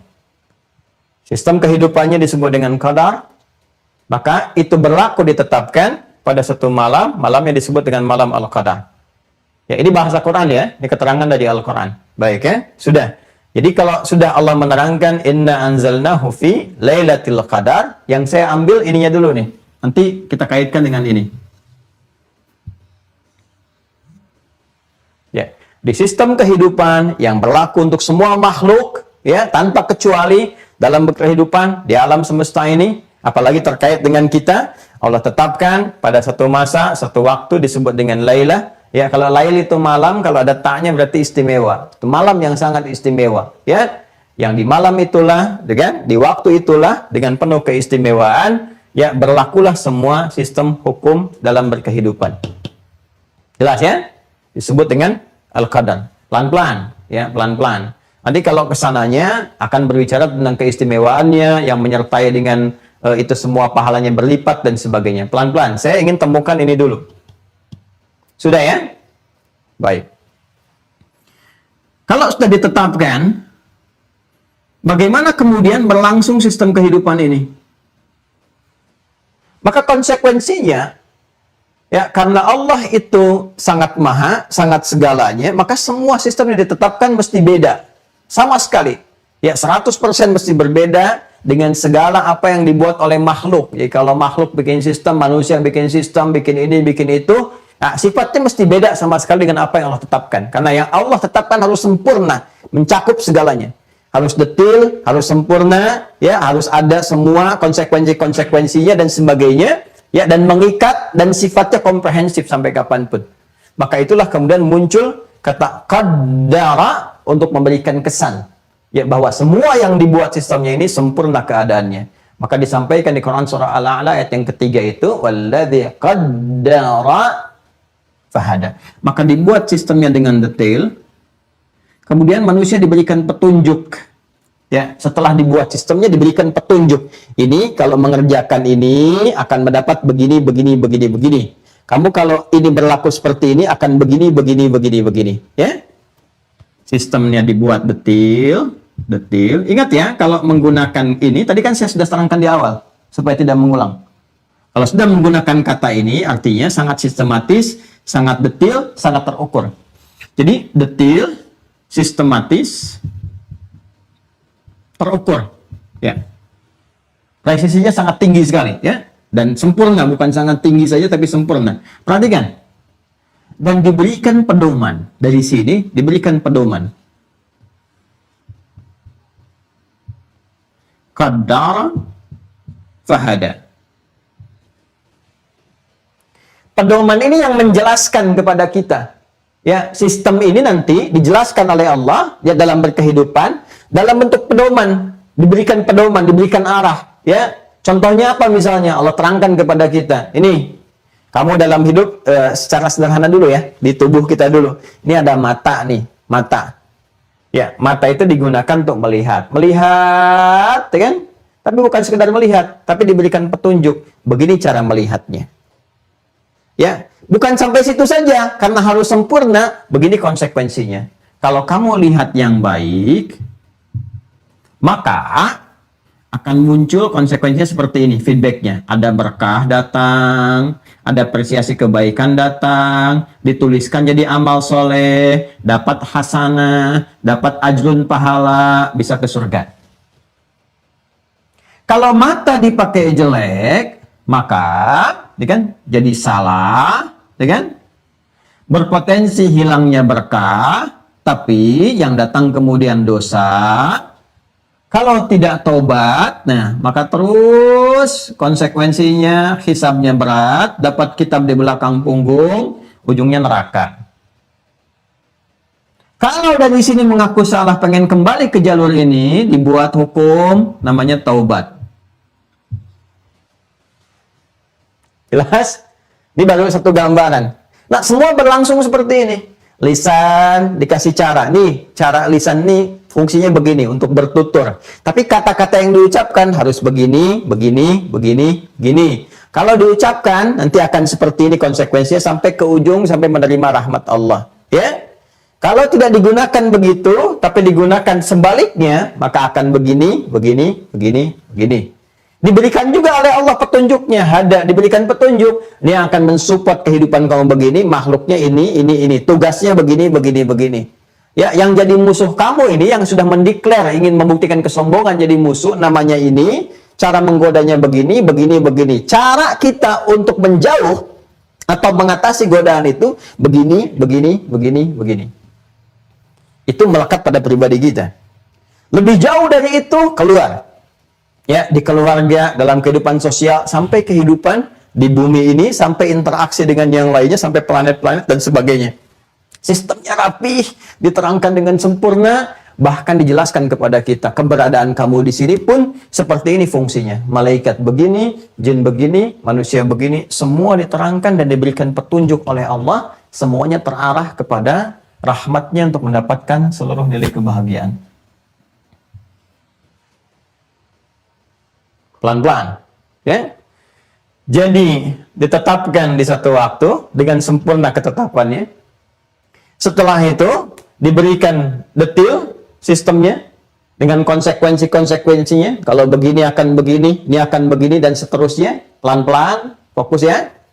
Kemudian setelah itu diberikan petunjuk, hada ini verb, kata kerjanya. Ya, yang menerangkan kepada kita semua konsekuensi dalam sistem berkehidupan ini, semua petunjuk-petunjuknya, kata kerjanya disebut dengan hada, ya kan? Bendanya, pedomannya disebut dengan hudan namanya. Kata bendanya, pedomannya disebut dengan hudan. Yang telah kita bahas. Kata kerjanya hada, walladzi qaddara fahada. Ketika kami buat sistem kehidupan yang detail, apapun yang dikerjakan oleh manusia, itu selalu ada konsekuensi. Kamu begini, akan begini, begini, begini, dan sebagainya. Jika terkait dengan manusia dan makhluk yang lainnya. Diberikan petunjuk supaya benar, supaya terukur, supaya bagus. Ya, kalau berbuat begini, ini konsekuensinya. Kalau salah begini, kalau balik lagi, taubat namanya. Ya, ini petunjuknya, verb, ya, kata bendanya yang menghimpun semua petunjuk itu disebut hudan. Ya, jelas. Kalau diikuti hudan ini yang dimaksud di awal tadi, fala khaufun 'alaihim wa lahum yahzanun. Ini Quran surah kedua ayat 38. Qulnah bitu minha jami'a, bahkan saat Adam turun ke muka bumi pun manusia pertama itu diberikan oleh Allah, ya, hudan sebagai konsekuensi dari hukum Allah yang telah ditetapkan. Dimulai aktivitas sebagai khalifah di muka bumi, maka semua berlaku yang telah ditetapkan ini. Ya, berlaku yang semuanya telah Allah ketahui keseluruhannya. Baik, Fa imma ya'tiyannakum minni hudan faman tabi'a hudaya fala khaufun 'alaihim wa lahum yahzanun. Ini telah saya terangkan disebut dengan hudan. Setiap generasi berganti, hudan ini selalu ada karena Allah tetapkan dalam hukum berkehidupan, telah jadi sistem. Ya, ganti masa, ganti generasi, ganti komunitas, ganti masyarakat, ada nabi diutus, ada rasul membawa hudan. Saya terangkan sebelumnya. Nabi Musa, hudannya disebut dengan Taurat. Sampai ke Nabi Isa, nanti ada Injil. Sampai ke Nabi Muhammad, itu Al-Quran. Al-Quran.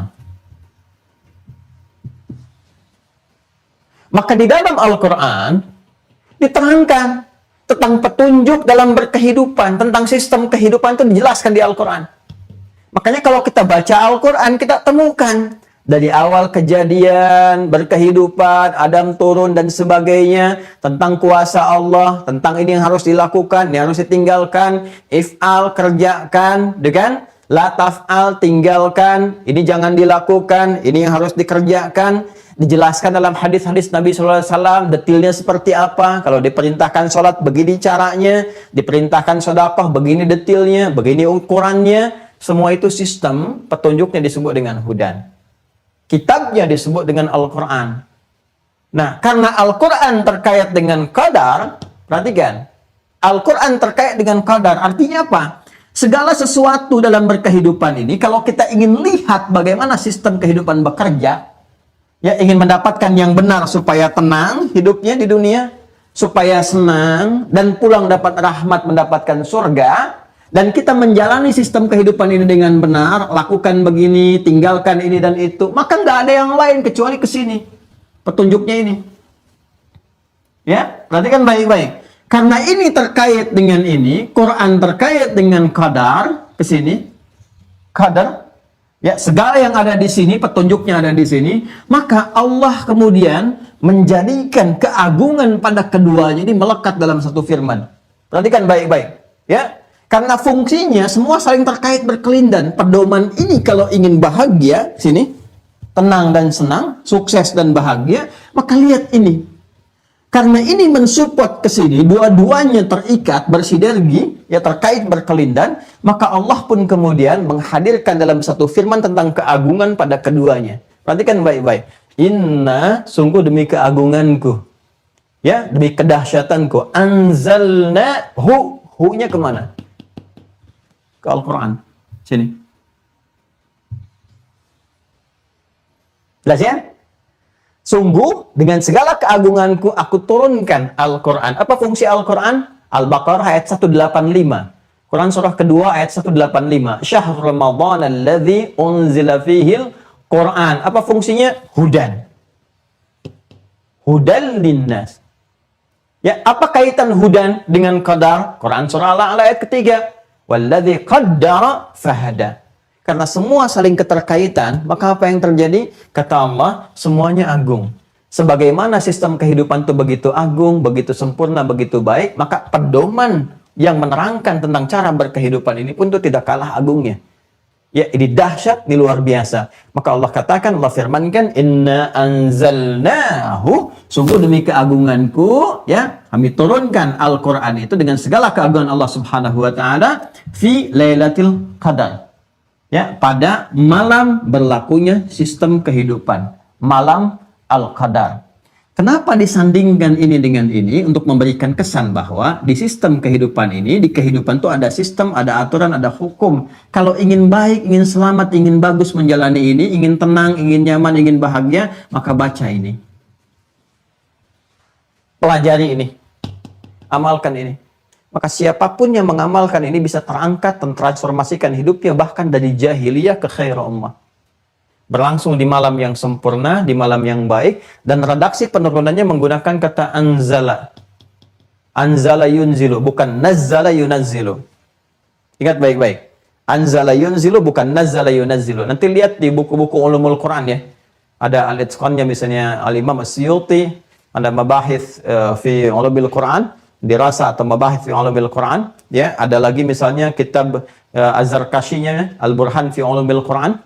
Ya, Mana'il Qattan yang tadi babahith fi ulumil Quran, Syekh Mana'il Qattan, Al-Itqan fi ulumil Quran, Syekh Jalaluddin Imam Jalaluddin As-Suyuti, Dan kemudian nanti ada Imam Az-Zarkashi, ya Al-Burhan fi Ulumil Quran juga ada kitabnya. Ya. Nanti ada beda antara nazzala dengan anzala.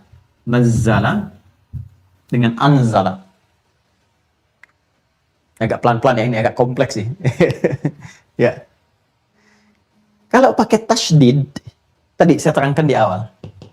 Sesuatu yang berlangsung dengan sistematis, secara bertahap, ada tahapan-tahapannya. Kalau anzala, sesuatu yang berlangsung sekaligus. Ya, sekaligus, tidak bertahap, ya, tapi berlangsung sekaligus. Ya, satu kali langsung gitu, ya. Kita beri contoh tentang penurunan kitab-kitab misalnya. Nabi Musa, Nabi Isa alaihissalam, Nabi Musa dapat Taurat, Nabi Isa dapat Injil, yang alaihissalam jami'an. Semoga Allah berikan rahmat, keselamatan, kebaikan pada keduanya, ya, dan juga umat-umat yang taat kepada bimbingan keduanya untuk menuju Allah Subhanahu wa taala. Perhatikan baik-baik. Itu penurunan kitabnya menggunakan redaksi anzala. Ketika diturunkan pada nabinya, pada rasulnya. Ketika diturunkan pada nabinya, pada rasulnya.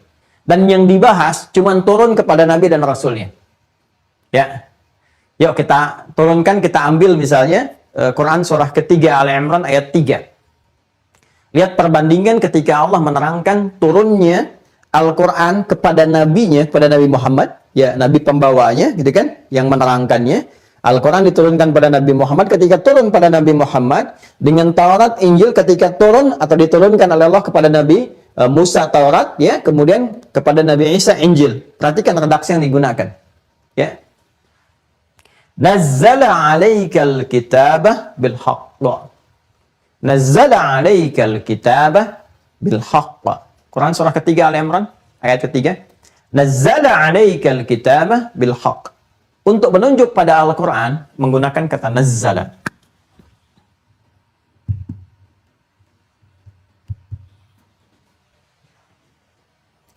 Ya, musaddiqan lima bayna yadayhi.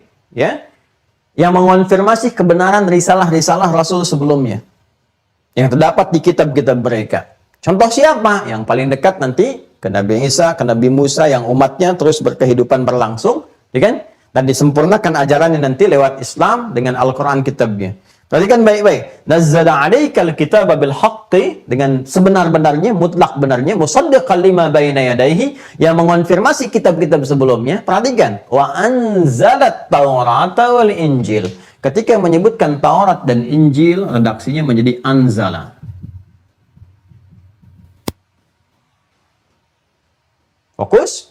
Menjadi anzala, wa anzalat Taurata wal Injil. Apa perbedaannya? Taurat dan Injil diberikan kepada nabinya langsung sekaligus, satu proses. Ya, Nabi Musa kan mendapat 10 perintah Allah Subhanahu wa taala. Tuliskan dalam lauh, ya kan? Dalam lauh, satu tempat dituliskan, kalau orang Arab sekarang seperti papan gitu kan, dapat gitu kan. Nah, Nabi Musa itu ada yang bentuknya gulungan, suhuf Ibrahim wa Musa. Dan nanti ada dalam bentuk lauh, itu 10 perintah Allah Subhanahu wa taala dan commandments gitu kan. Kemudian juga nanti ada di situ wahyu-wahyu yang langsung diturunkan tuntas semua. Satu kesatuan. Seluruh, ya, duf'atan wahidah, keseluruhannya. Dibawa nanti, ya, dari Tursina, Bukit Sinai itu datang kemudian kepada kaumnya yang dijaga sementara oleh Nabi Harun ketika Nabi Musa menerima itu. Ya, selama 40 hari kurang lebih, ya, atau 40 malam kurang lebih, menerima itu, balik untuk menerangkan dan terjadi apa yang terjadi. Intinya adalah menerima secara sekaligus. Nabi Isa demikian. Ya, diberikan Injil kepada beliau, jadi pedoman dan hudan juga, seperti saya terangkan di Al-Maidah itu kan, yang ayat ke-48, ya kan, wa atainahul Injil, setelah waqafaina ala atharihim bi Isa bin Maryam, ya, dan kami teruskan jejak kerasulan itu dengan diutusnya Isa bin Maryam, ya, mengonfirmasi rasul sebelumnya, menerangkan tentang Taurat, lalu diberikan wa atainahul Injil fi hudan wa nur, dan diberikan di dalam Injil itu ada hudan, jadi hudan juga. Ya, tapi keseluruhan sekaligus aturan-aturannya. Ini yang dilakukan, ini yang ditinggalkan, hukum ini, hukum jilbab, hukum sunat, macam-macam ada di Injil. Ya, dan puncaknya mentauhidkan Allah Subhanahu wa taala sekaligus. Tapi lihat Al-Qur'an. Quran tidak diturunkan secara sekaligus kepada Nabi Muhammad SAW, tapi diturunkan secara sistematis. Ya, Diturunkan secara bertahap sesuai dengan kebutuhan umat dan seterusnya. Ya, kurang lebih sekitar 23 tahun dari masa kerasulan, kurang lebih. Ya, ada yang menghitung sampai 22 tahun, 2 bulan, 22 hari dan sebagainya, kurang lebih hitungan itu. Terus karena itu menggunakan kata nazzala. Ketika turun kepada rasulnya. Tapi apa perbedaan keagungan Al-Quran dengan kitab-kitab yang lain yang sebelumnya? Bukan hanya keterjagaannya sampai dengan kini, bukan hanya mukjizat dalam bacaannya, bukan hanya melahirkan pengetahuan dari bacaannya, dia lahir ilmu tajwid, lahir ilmu tentang suara, makharijul huruf, sifat huruf dan sebagainya, bukan hanya itu. Karena Quran, kitab yang sangat istimewa, terkait dengan aspek kehidupan, sistem kehidupan yang kita lakukan, kita kerjakan, mencakup semua tuntunan kehidupan secara komprehensif, maka turunnya pun sangat istimewa. Dia mengalami proses turun, Al-Quran mengalami proses turun, diturunkan dulu langit-langit yang tertinggi yang disebut dengan Lauh Mahfuz itu, turun diinformasikan, semua ahli penduduk langit mengetahui tentang kedahsyatan turunnya Al-Quran itu. Ya, jadi diviralkan dulu oleh Allah Subhanahu Wa Taala ya kepada seluruh kalangan langit tentang kitab yang terakhir, kitab yang sempurna, petunjuk berkehidupan ini. Maka proses turun pertama kali dari Lauh Mahfuz ya di alam langit ini ke sama'id dunya, langit yang langsung berdekat dengan keadaan dunia yang kita tidak tahu bagaimana keadaannya, kecuali saat kita nanti berakhir kehidupan, wafat, kembali kepada Allah, akan dibuka ya, wa futihat abwabuha, dan dibuka pintu-pintunya, baru kelihatan tahapan-tahapan langit dan sebagainya sesuai dengan kehendak Allah. Ini pembahasan iman, bukan pembahasan akal. Jangan ditanya kapan, bagaimana dan sebagainya, nanti saat meninggal baru ketahuan. Ya, iman kita harus berfungsi, baru datang hikmah untuk menetapkan. Perhatikan baik-baik, maka turun dulu ke sama'id dunya. Tadi saya ingatkan di awal, kalau Anda bertanya di mana referensinya, tadi saya katakan, buka kitab Al-Itqan, ya karya Imam As-Suyuti, ada di ruang satu lagi ya, saya tidak hadirkan di sini. Ada di perpustakaan kami satu lagi itu, nanti kita tunjukkan besok ya, insya Allah. Ada Al-Itqan, ini karya Imam As-Suyuti. Kemudian ada Mana'il Qattan, atau kita lihat di sini, mungkin ada nggak? Coba cek dulu ya, sebentar. Bismillah, coba kita lihat. Nampaknya di bawah, betul di bawah. Nampaknya di bawah, ya. Betul di bawah, besok ya, besok kita tampilkan ya. Karena ini kita beda tempat, ada di ruangan atas, kitabnya ada di ruang bawah, nanti di bawah kita bawakan, sehingga besok saya tunjukkan. Ya, nanti diterangkan dalam ulumul Quran, bagaimana Quran turun, diviralkan dulu, dalam alam langit, supaya malaikat mengetahui segalanya tentang keagungan kehidupan ini, kan? Turun Al-Quran ke sama'id dunya. Turunnya sekaligus, keseluruhannya. Baru dari sama'id dunya diketahui, turunlah secara bertahap kepada Rasulullah sesuai dengan masa-masanya. Nah, teman-teman yang sangat menarik, proses turunnya itu yang mengandung tentang sistem berkehidupan, pedoman-pedoman dan sebagainya, itu diturunkan secara sekaligus menggunakan kata anzala. Sehingga kalau disebutkan malam Al-Qadar tentang turunnya Al-Quran, yang dimaksudkan turunnya itu adalah saat Allah Subhanahu Wa Taala menurunkan Al-Quran itu dari Lauh Mahfuz ke sama'id dunya yang memberikan pedoman dalam berkehidupan. Karena itu redaksinya menggunakan kata anzala. Berlangsung di satu malam. Ini proses turunnya. Kemudian setelah itu apa yang terjadi? Bulannya juga disebut dengan bulan Ramadan, sempurna. Ya. Jadi turunnya kepada Rasulullah harinya Jumat. Dan semua proses turun itu menjadi sempurna. Menjadi yang terbaik semuanya. Malamnya jadi terbaik, harinya terbaik, bulannya terbaik. Ditemukan Ramadan di Quran surah kedua. Ayat 185. Kalimatnya menggunakan bentuk ini dalam bentuk pasif. Syahr Ramadan alladzi unzila, bukan nuzila tapi unzila fihil Quran. Jadi yang dimaksudkan, kenapa ini jadi sempurna, jadi baik, kita puasa, malam ini pun jadi tinggi nilainya. Kalau kita ibadah, kedapatan ibadah di satu malam ini, ya, dia di waktu-waktu Ramadan bersamaan dengan malam ketetapan hukum berkehidupan ini, maka nilai ibadah kita, nilainya dilipat gandakan lebih daripada 1000 bulan. Lailatul Qadri khairum min alfi syahr. Ya, karena itu ada yang menghitung 1000 bulan itu gambaran dari umumnya usia manusia pada umumnya gitu kan. Dihitung sampai ketemu 82, 83 atau rentang daripada itu. Ya, antara ke 40 sampai dengan ke 60, melebihi itu sampai ke sini, yang melewati dikit itu sedikit gitu kan, dan seterusnya. Nah, ini gambarannya, teman-teman sekalian. Nah, jadi saya ingin katakan apa yang ingin saya gambarkan di sini. Yang ingin saya gambarkan bahwa semua keadaan hidup kita itu sudah ada sistem yang Allah tetapkan. Yang kita sebut dengan qada dan qadar itu. Sistem berkehidupan ini dipandu oleh satu panduan disebut dengan hudan namanya. Dan panduan berkehidupan itu saking tingginya dahsyatnya sampai Allah menginformasikan kepada semua alam langit. Nih panduan berkehidupan untuk seluruh manusia, untuk berkehidupan, untuk menjalani apa yang harus dia lakukan, konsekuensinya begini, akhirnya akan begini, sebelum kehidupan ada seperti ini, ya saat berkehidupan begini, setelahnya akan begini, dan di Al-Quran kita temukan semua itu. Makanya nggak heran kalau baca Quran, kita temukan segala hal informasi di masa lalu, sebelum, ya kan? Yang kita alami saat ini pun kita rasakan solutif semuanya, kita punya masalah ada solusinya, kembali ke Quran, dijelaskan lewat sunnah, ya kan? Kemudian yang akan datang pun dijelaskan. Dan konsekuensinya pun diterangkan. Nah, apa yang terkait dengan perjalanan kehidupan seorang hamba ketika mengalami sistem kehidupan ini? Keterkaitannya adalah apa yang ia alami. Saya tuliskan manusia ke alam kita saja yang bertugas di ardun, di bumi, kita sebut bumi saja dengan sifatnya dunia, sebagai khalifah. Maka dia tidak akan terlepas dari semua sistem kehidupan yang telah Allah tetapkan dan petunjuk yang telah Allah berikan. Contoh apa di antara sistem kehidupan itu? Ya, dia akan dipandu untuk bergerak mengalami kejadian-kejadian, perbuatan, sifat, sikap, dan sebagainya. Respon terhadap berbagai hal. Ya, Allah membuat sebuah sistem umum di universal ini. Ya, kalau kamu lakukan ini terjadi seperti ini. Kalau kamu ini begini. Ya, lalu dibuat kemudian sistem yang khusus untuk orang-orang yang beriman. Kalau orang beriman mengerjakan sholat, pahalanya sekian. Ini begini. Ya, kalau sholatnya ria akan seperti ini. Kalau dia berzakat akan begini dan sebagainya. Semua dibuat dan itu untuk maslahat. Kembali kepada maslahat setiap hamba.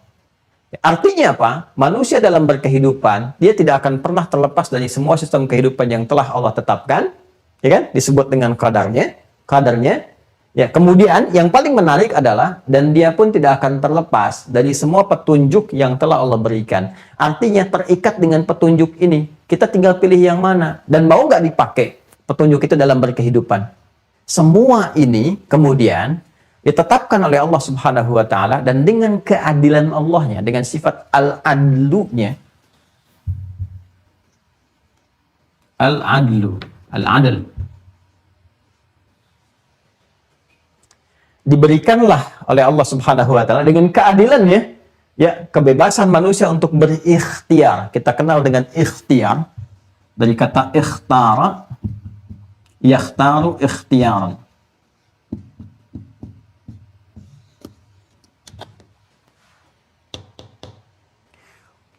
Untuk bisa menerapkan sistem kehidupan ini dalam kehidupan yang kita jalani, diberikan petunjuk, lalu kepada setiap manusia, setiap hamba dengan sifat keadilan Allah Subhanahu wa taala diberikan ikhtiar. Silahkan kau berkehidupan.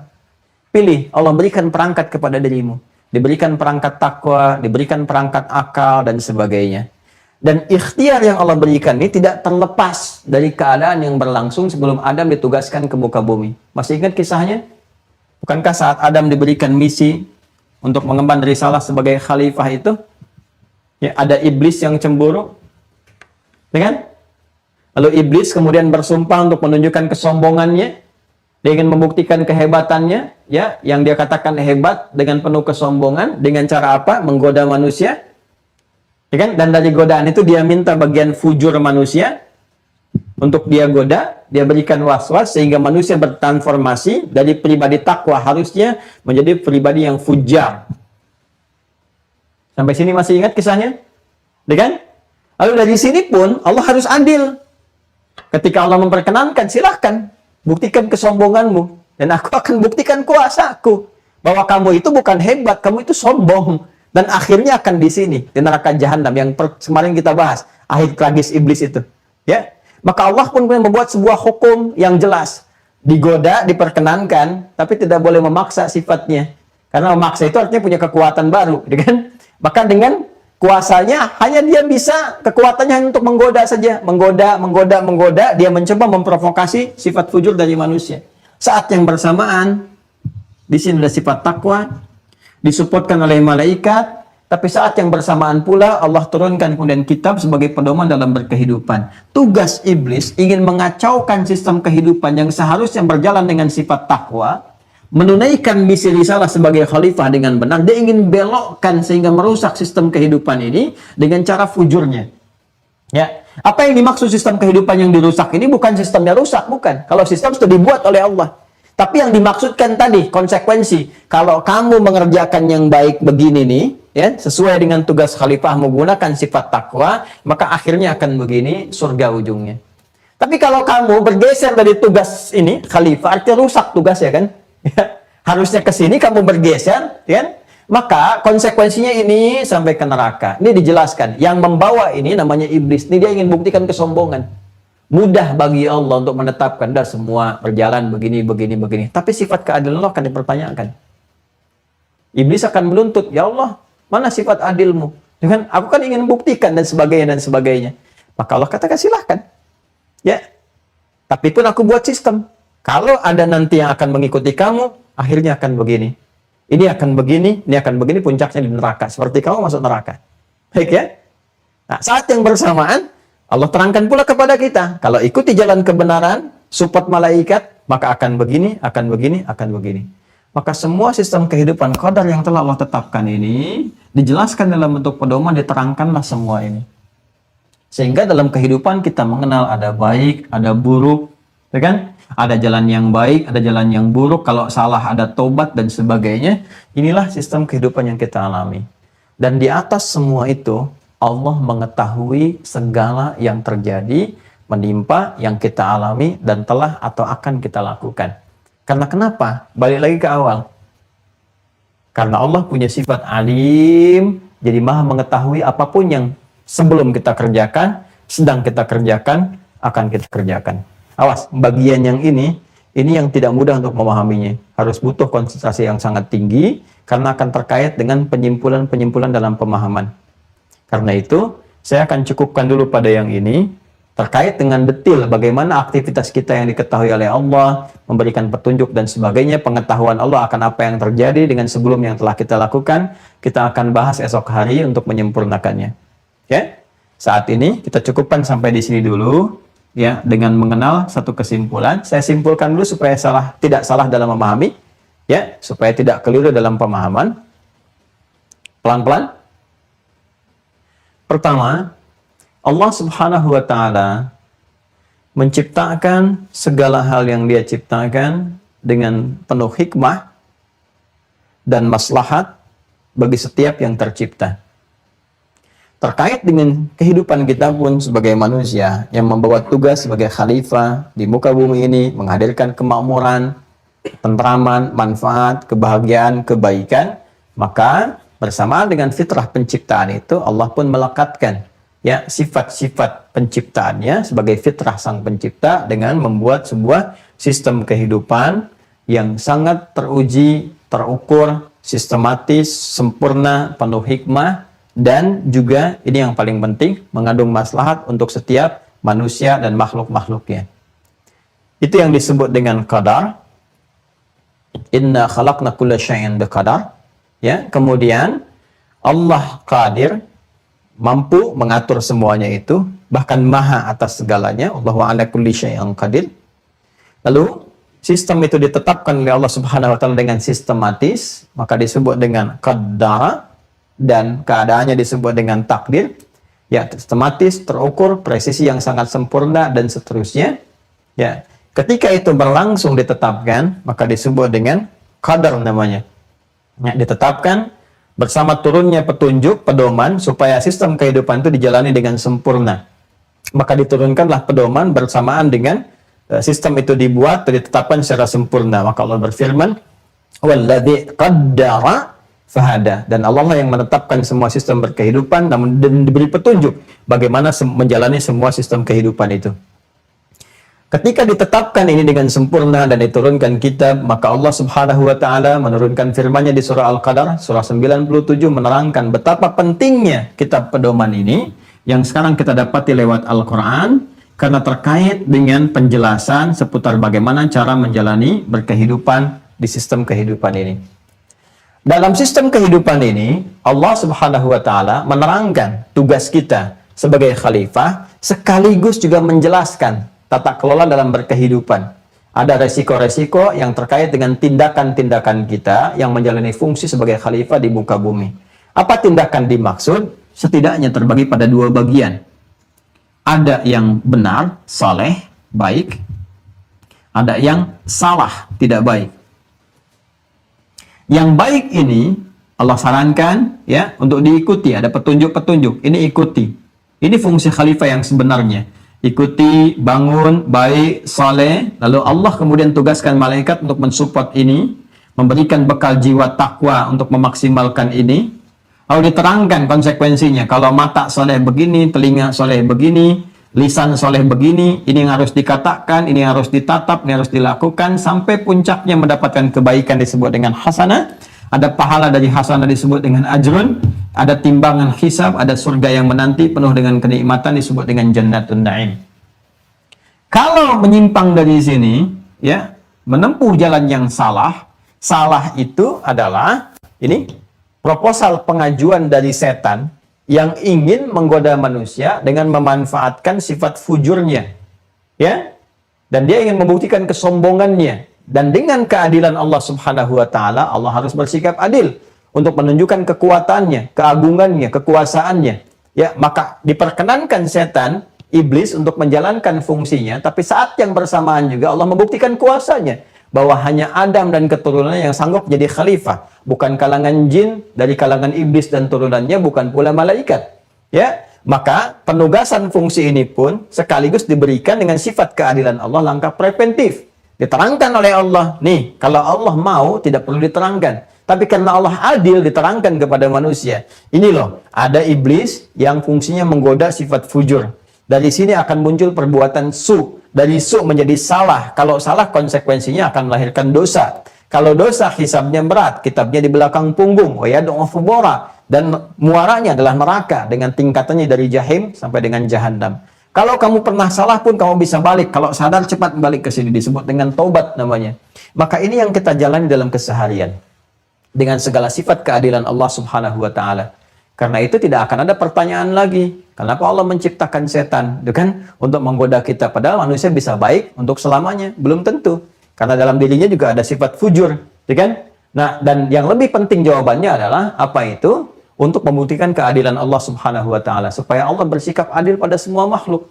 Malaikat diciptakan begini, jin begini, kan? Kemudian jin juga menampilkan kesombongan, dia ingin buktikan, harus ada pembuktian.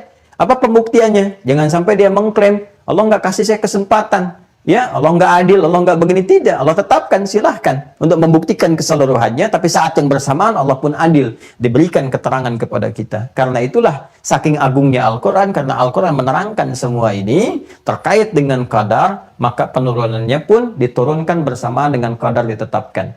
Dan berlakulah pada setiap detilnya qada Allah Subhanahu wa taala. Wa idza qada amran ya fa inna ma yaqulu lahu kun fayakun. Kalau Allah ingin menetapkan semua terjadi, maka keputusannya cukup dengan mengatakan kun fayakun. Jadi, maka terjadilah ia. Ini akhir dari pembahasan kita di hari ini. Sekarang nanti akan berkelanjutan pada aspek terkait dengan pekerjaan kitanya dalam rangka memilih apakah yang soleh atau yang salah. Dan kita bergulat dengan mengikuti support yang disampaikan malaikat ataukah terjebak dalam provokasi setan yang telah saya terangkan sebelumnya pada simpul-simpul pengurai dari 1 sampai dengan simpul yang kelima itu. Dari sinilah kemudian pilihannya disebut dengan ikhtiar. Dari kata ikhtara, yakhtaru, manusia diberikan pilihan untuk berikhtiar demi membuktikan segala hal yang terkait dengan tugasnya. Silahkan pilih jalan yang saleh, hasilnya begini. Pilih jalan yang salah, hasilnya akan begini. Tapi saking sayangnya Allah, sekali lagi diberikan petunjuk-petunjuk untuk menempuh jalan kebaikan, tapi sifatnya juga ada ikhtiar yang mengiringi untuk manusia bisa memilih mana, ya, Dan kesadaran itulah yang menjadikan manusia lebih dewasa dan pintar untuk memilih jalan-jalan kebaikan. Karena itu teman-teman sekalian, yang mengantarkan pada pembahasan berikutnya adalah semua perjalanan manusia yang memilih tindakan ini, baik saleh ataupun salah, konsekuensinya terkait dengan pengetahuan Allah yang awal dan akhir, maka semua perjalanan ini kan akan diketahui oleh Allah. Logisnya kan begitu, ya kan? Baik sebelum dilakukan tindakan soleh ini, sedang dilakukan, Allah sangat tahu. Kalau kita akan sholat, sebelum sholat Allah sudah tahu. Sedang sholat Allah sudah tahu. Mau ngapain setelah sholat pun Allah sudah tahu. Kenapa? Karena melekat dengan fungsi sifat alimnya. Ya, Allah mengetahui dari segala yang sebelum, sedang, ataupun akan berlangsung. Nah, sifat pengetahuan Allah tentang ini terkait dengan aktivitas pilihan kita, apa hubungannya dengan pembahasan qada dan qadar? Apa hubungannya dengan pilihan-pilihan kita dalam berinisiatif, mengerjakan sesuatu, bertindak, dan sebagainya, dengan pengetahuan Allah yang telah ditetapkan itu? Nah, ini nanti yang akan terkait berkelindan dengan menyikapi segala yang kita alami. Kalau ada perasaan suka, begini menyikapinya. Kalau dapat promosi jabatan, begini menyikapinya. Kalau dapat harta bertambah, begini menyikapinya. Kalau ada musibah pun dalam pengertian duka, begini cara menyikapinya. Maka semua ini akan menjadi penting saat kita mengalami peristiwanya. Dan ini akan menjadi pedoman berkehidupan yang melahirkan ketenangan serta kesenangan kalau pembahasannya sempurna. Kapan disempurnakan? Besok insya Allah. Ya, mohon maaf ya, hari ini agak rumit kita kalau kita urutkan semua itu, tuh lihat sampai coret-coretnya juga begitu. Ya, tapi kalau Anda nanti lihat pelan-pelan, terukur, insya Allah akan diberikan hikmah. Ya, dibimbing kita untuk memahami dengan baik sehingga kita mengerti. Dan gak ada pertanyaan-pertanyaan, apalagi mohon maaf sekali lagi, apalagi kemudian pengarahan untuk menyalahkan kepada Tuhan. Ya Allah, kenapa engkau begini? Kenapa engkau ciptakan aku? Ya, kamu kemarin enak, sekarang nyalahin, kan? Sebagainya. Nah, ini yang menjadikan manusia sering mengeluh, berkeluh kesah dan seterusnya. Ya, karena itu besok insya Allah kita akan sempurnakan ya pembahasannya, dan mudah-mudahan hari ini kita diberikan kekuatan untuk memahami dengan baik dan mengerti bahwa Al-Quran begitu penting ini. Ya, jadi jangan pernah berlepas diri dari Al-Quran. Karena ini pedoman kita dalam berkehidupan. Kalau nggak percaya silahkan cek deh. Ya, ada bimbingan semua di sini yang menerangkan tentang sistem ini, kapan diturunkannya, seperti apa jalan hidupnya, setan itu siapa, iblis siapa, kita harus ikutin bagaimana, bahkan jujur pada diri sendiri. Ini kan kita rasakan. Ya, dalam diri kita kan kita merasakan bisikan-bisikan yang benar, arah-arah provokasi yang salah, bahkan berdialog dengan diri kita. Ini semua terbukti. Mau cari apa lagi coba? Ya. Tinggal sekarang hubungannya dengan tadi yang saya uraikan, dan besok kita akan kaji insya Allah. Ya. Demikian teman-teman sekalian, ya mudah-mudahan kita dirahmati oleh Allah Subhanahu wa Ta'ala, pengendali segala sesuatu, yang menguasai atas segala hal, membuat sistem dan hikmah yang terbaik untuk kemaslahatan kita, dan mudah-mudahan kita ditempatkan oleh Allah di surga tertingginya bersama Rasulullah SAW, di tempat terbaik, di tempat Allah yang Maha menguasai atas segala hal, di tempat yang telah Allah tetapkan, ya, di tempat yang telah Allah tetapkan, yang menguasai atas segala hal, yang bahasa Al-Qur'annya fi maq'adi sidqin 'inda malikin muqtadir. Ya, fi maq'adi sidqin, di tempat yang paling benar yang dijanjikan, 'inda malikin muqtadir, ya, di dekat Allah yang Maha mengendalikan segala hal, yang Maha atas kuasa dan Maha memberikan maslahat bagi setiap hambanya. Terima kasih, semoga Allah merahmati kita, maafkan atas segala kesalahan dan kekurangan dari apa yang saya sampaikan di hari ini dan sebelumnya. Dan pesan saya, tolong cermati apa yang saya uraikan dengan baik ya, satu persatu, simak kembali kajiannya, teliti baik-baik, karena kalau kita pahami sekilas-sekilas, apalagi terpotong-potong, nanti salah pemahaman di dalamnya. Itu yang pertama. Yang kedua, kalau menemukan kebenaran dalam uraian, itu petunjuk Allah dan Rasul, ya silahkan diamalkan. Kalau ada kesalahan, itu mutlak dari kesalahan saya pribadi, mohon dimaafkan. Dan besok pada detil dan penutup, saya tunjukkan kitab-kitab yang tadi saya sebutkan. Tolong dicatat ya. Jadi saya sebutkan Al-Itqan, kemudian saya sebutkan juga Mabahith fi Ulumil Quran mana Al-Qattan, dan nanti juga ada buku bagus tuh tentang qada dan qadar. Karya, judul bukunya Al-Qada wal Qadar. Karya Syekh Umar Sulaiman Abdullah Syakar. Ya, Omar ya Sulaiman Abdullah Syakar. Jadi ada judul bukunya Al-Qada wal Qadar. Ya kalau ingin pendalaman termasuk beberapa kitab-kitab yang lainnya. Demikian teman-teman sekalian, semoga Allah rahmati. Allahumma taqabbal minna innaka antas sami'ul alim wa tub 'alaina innaka antat tawwabur rahim. Rabbana atina fid dunya hasanah wa fil akhirati hasanah wa qina adzabannar. Sallallahu ala sayyidina Muhammad wa ala alihi wa sahbihi ajma'in. Wa akhiru da'wana alhamdulillahi rabbil alamin. Subhanakallahumma bihamdika asyhadu an la ilaha illa anta astaghfiruka wa atubu ilaik. Assalamualaikum warahmatullahi wabarakatuh.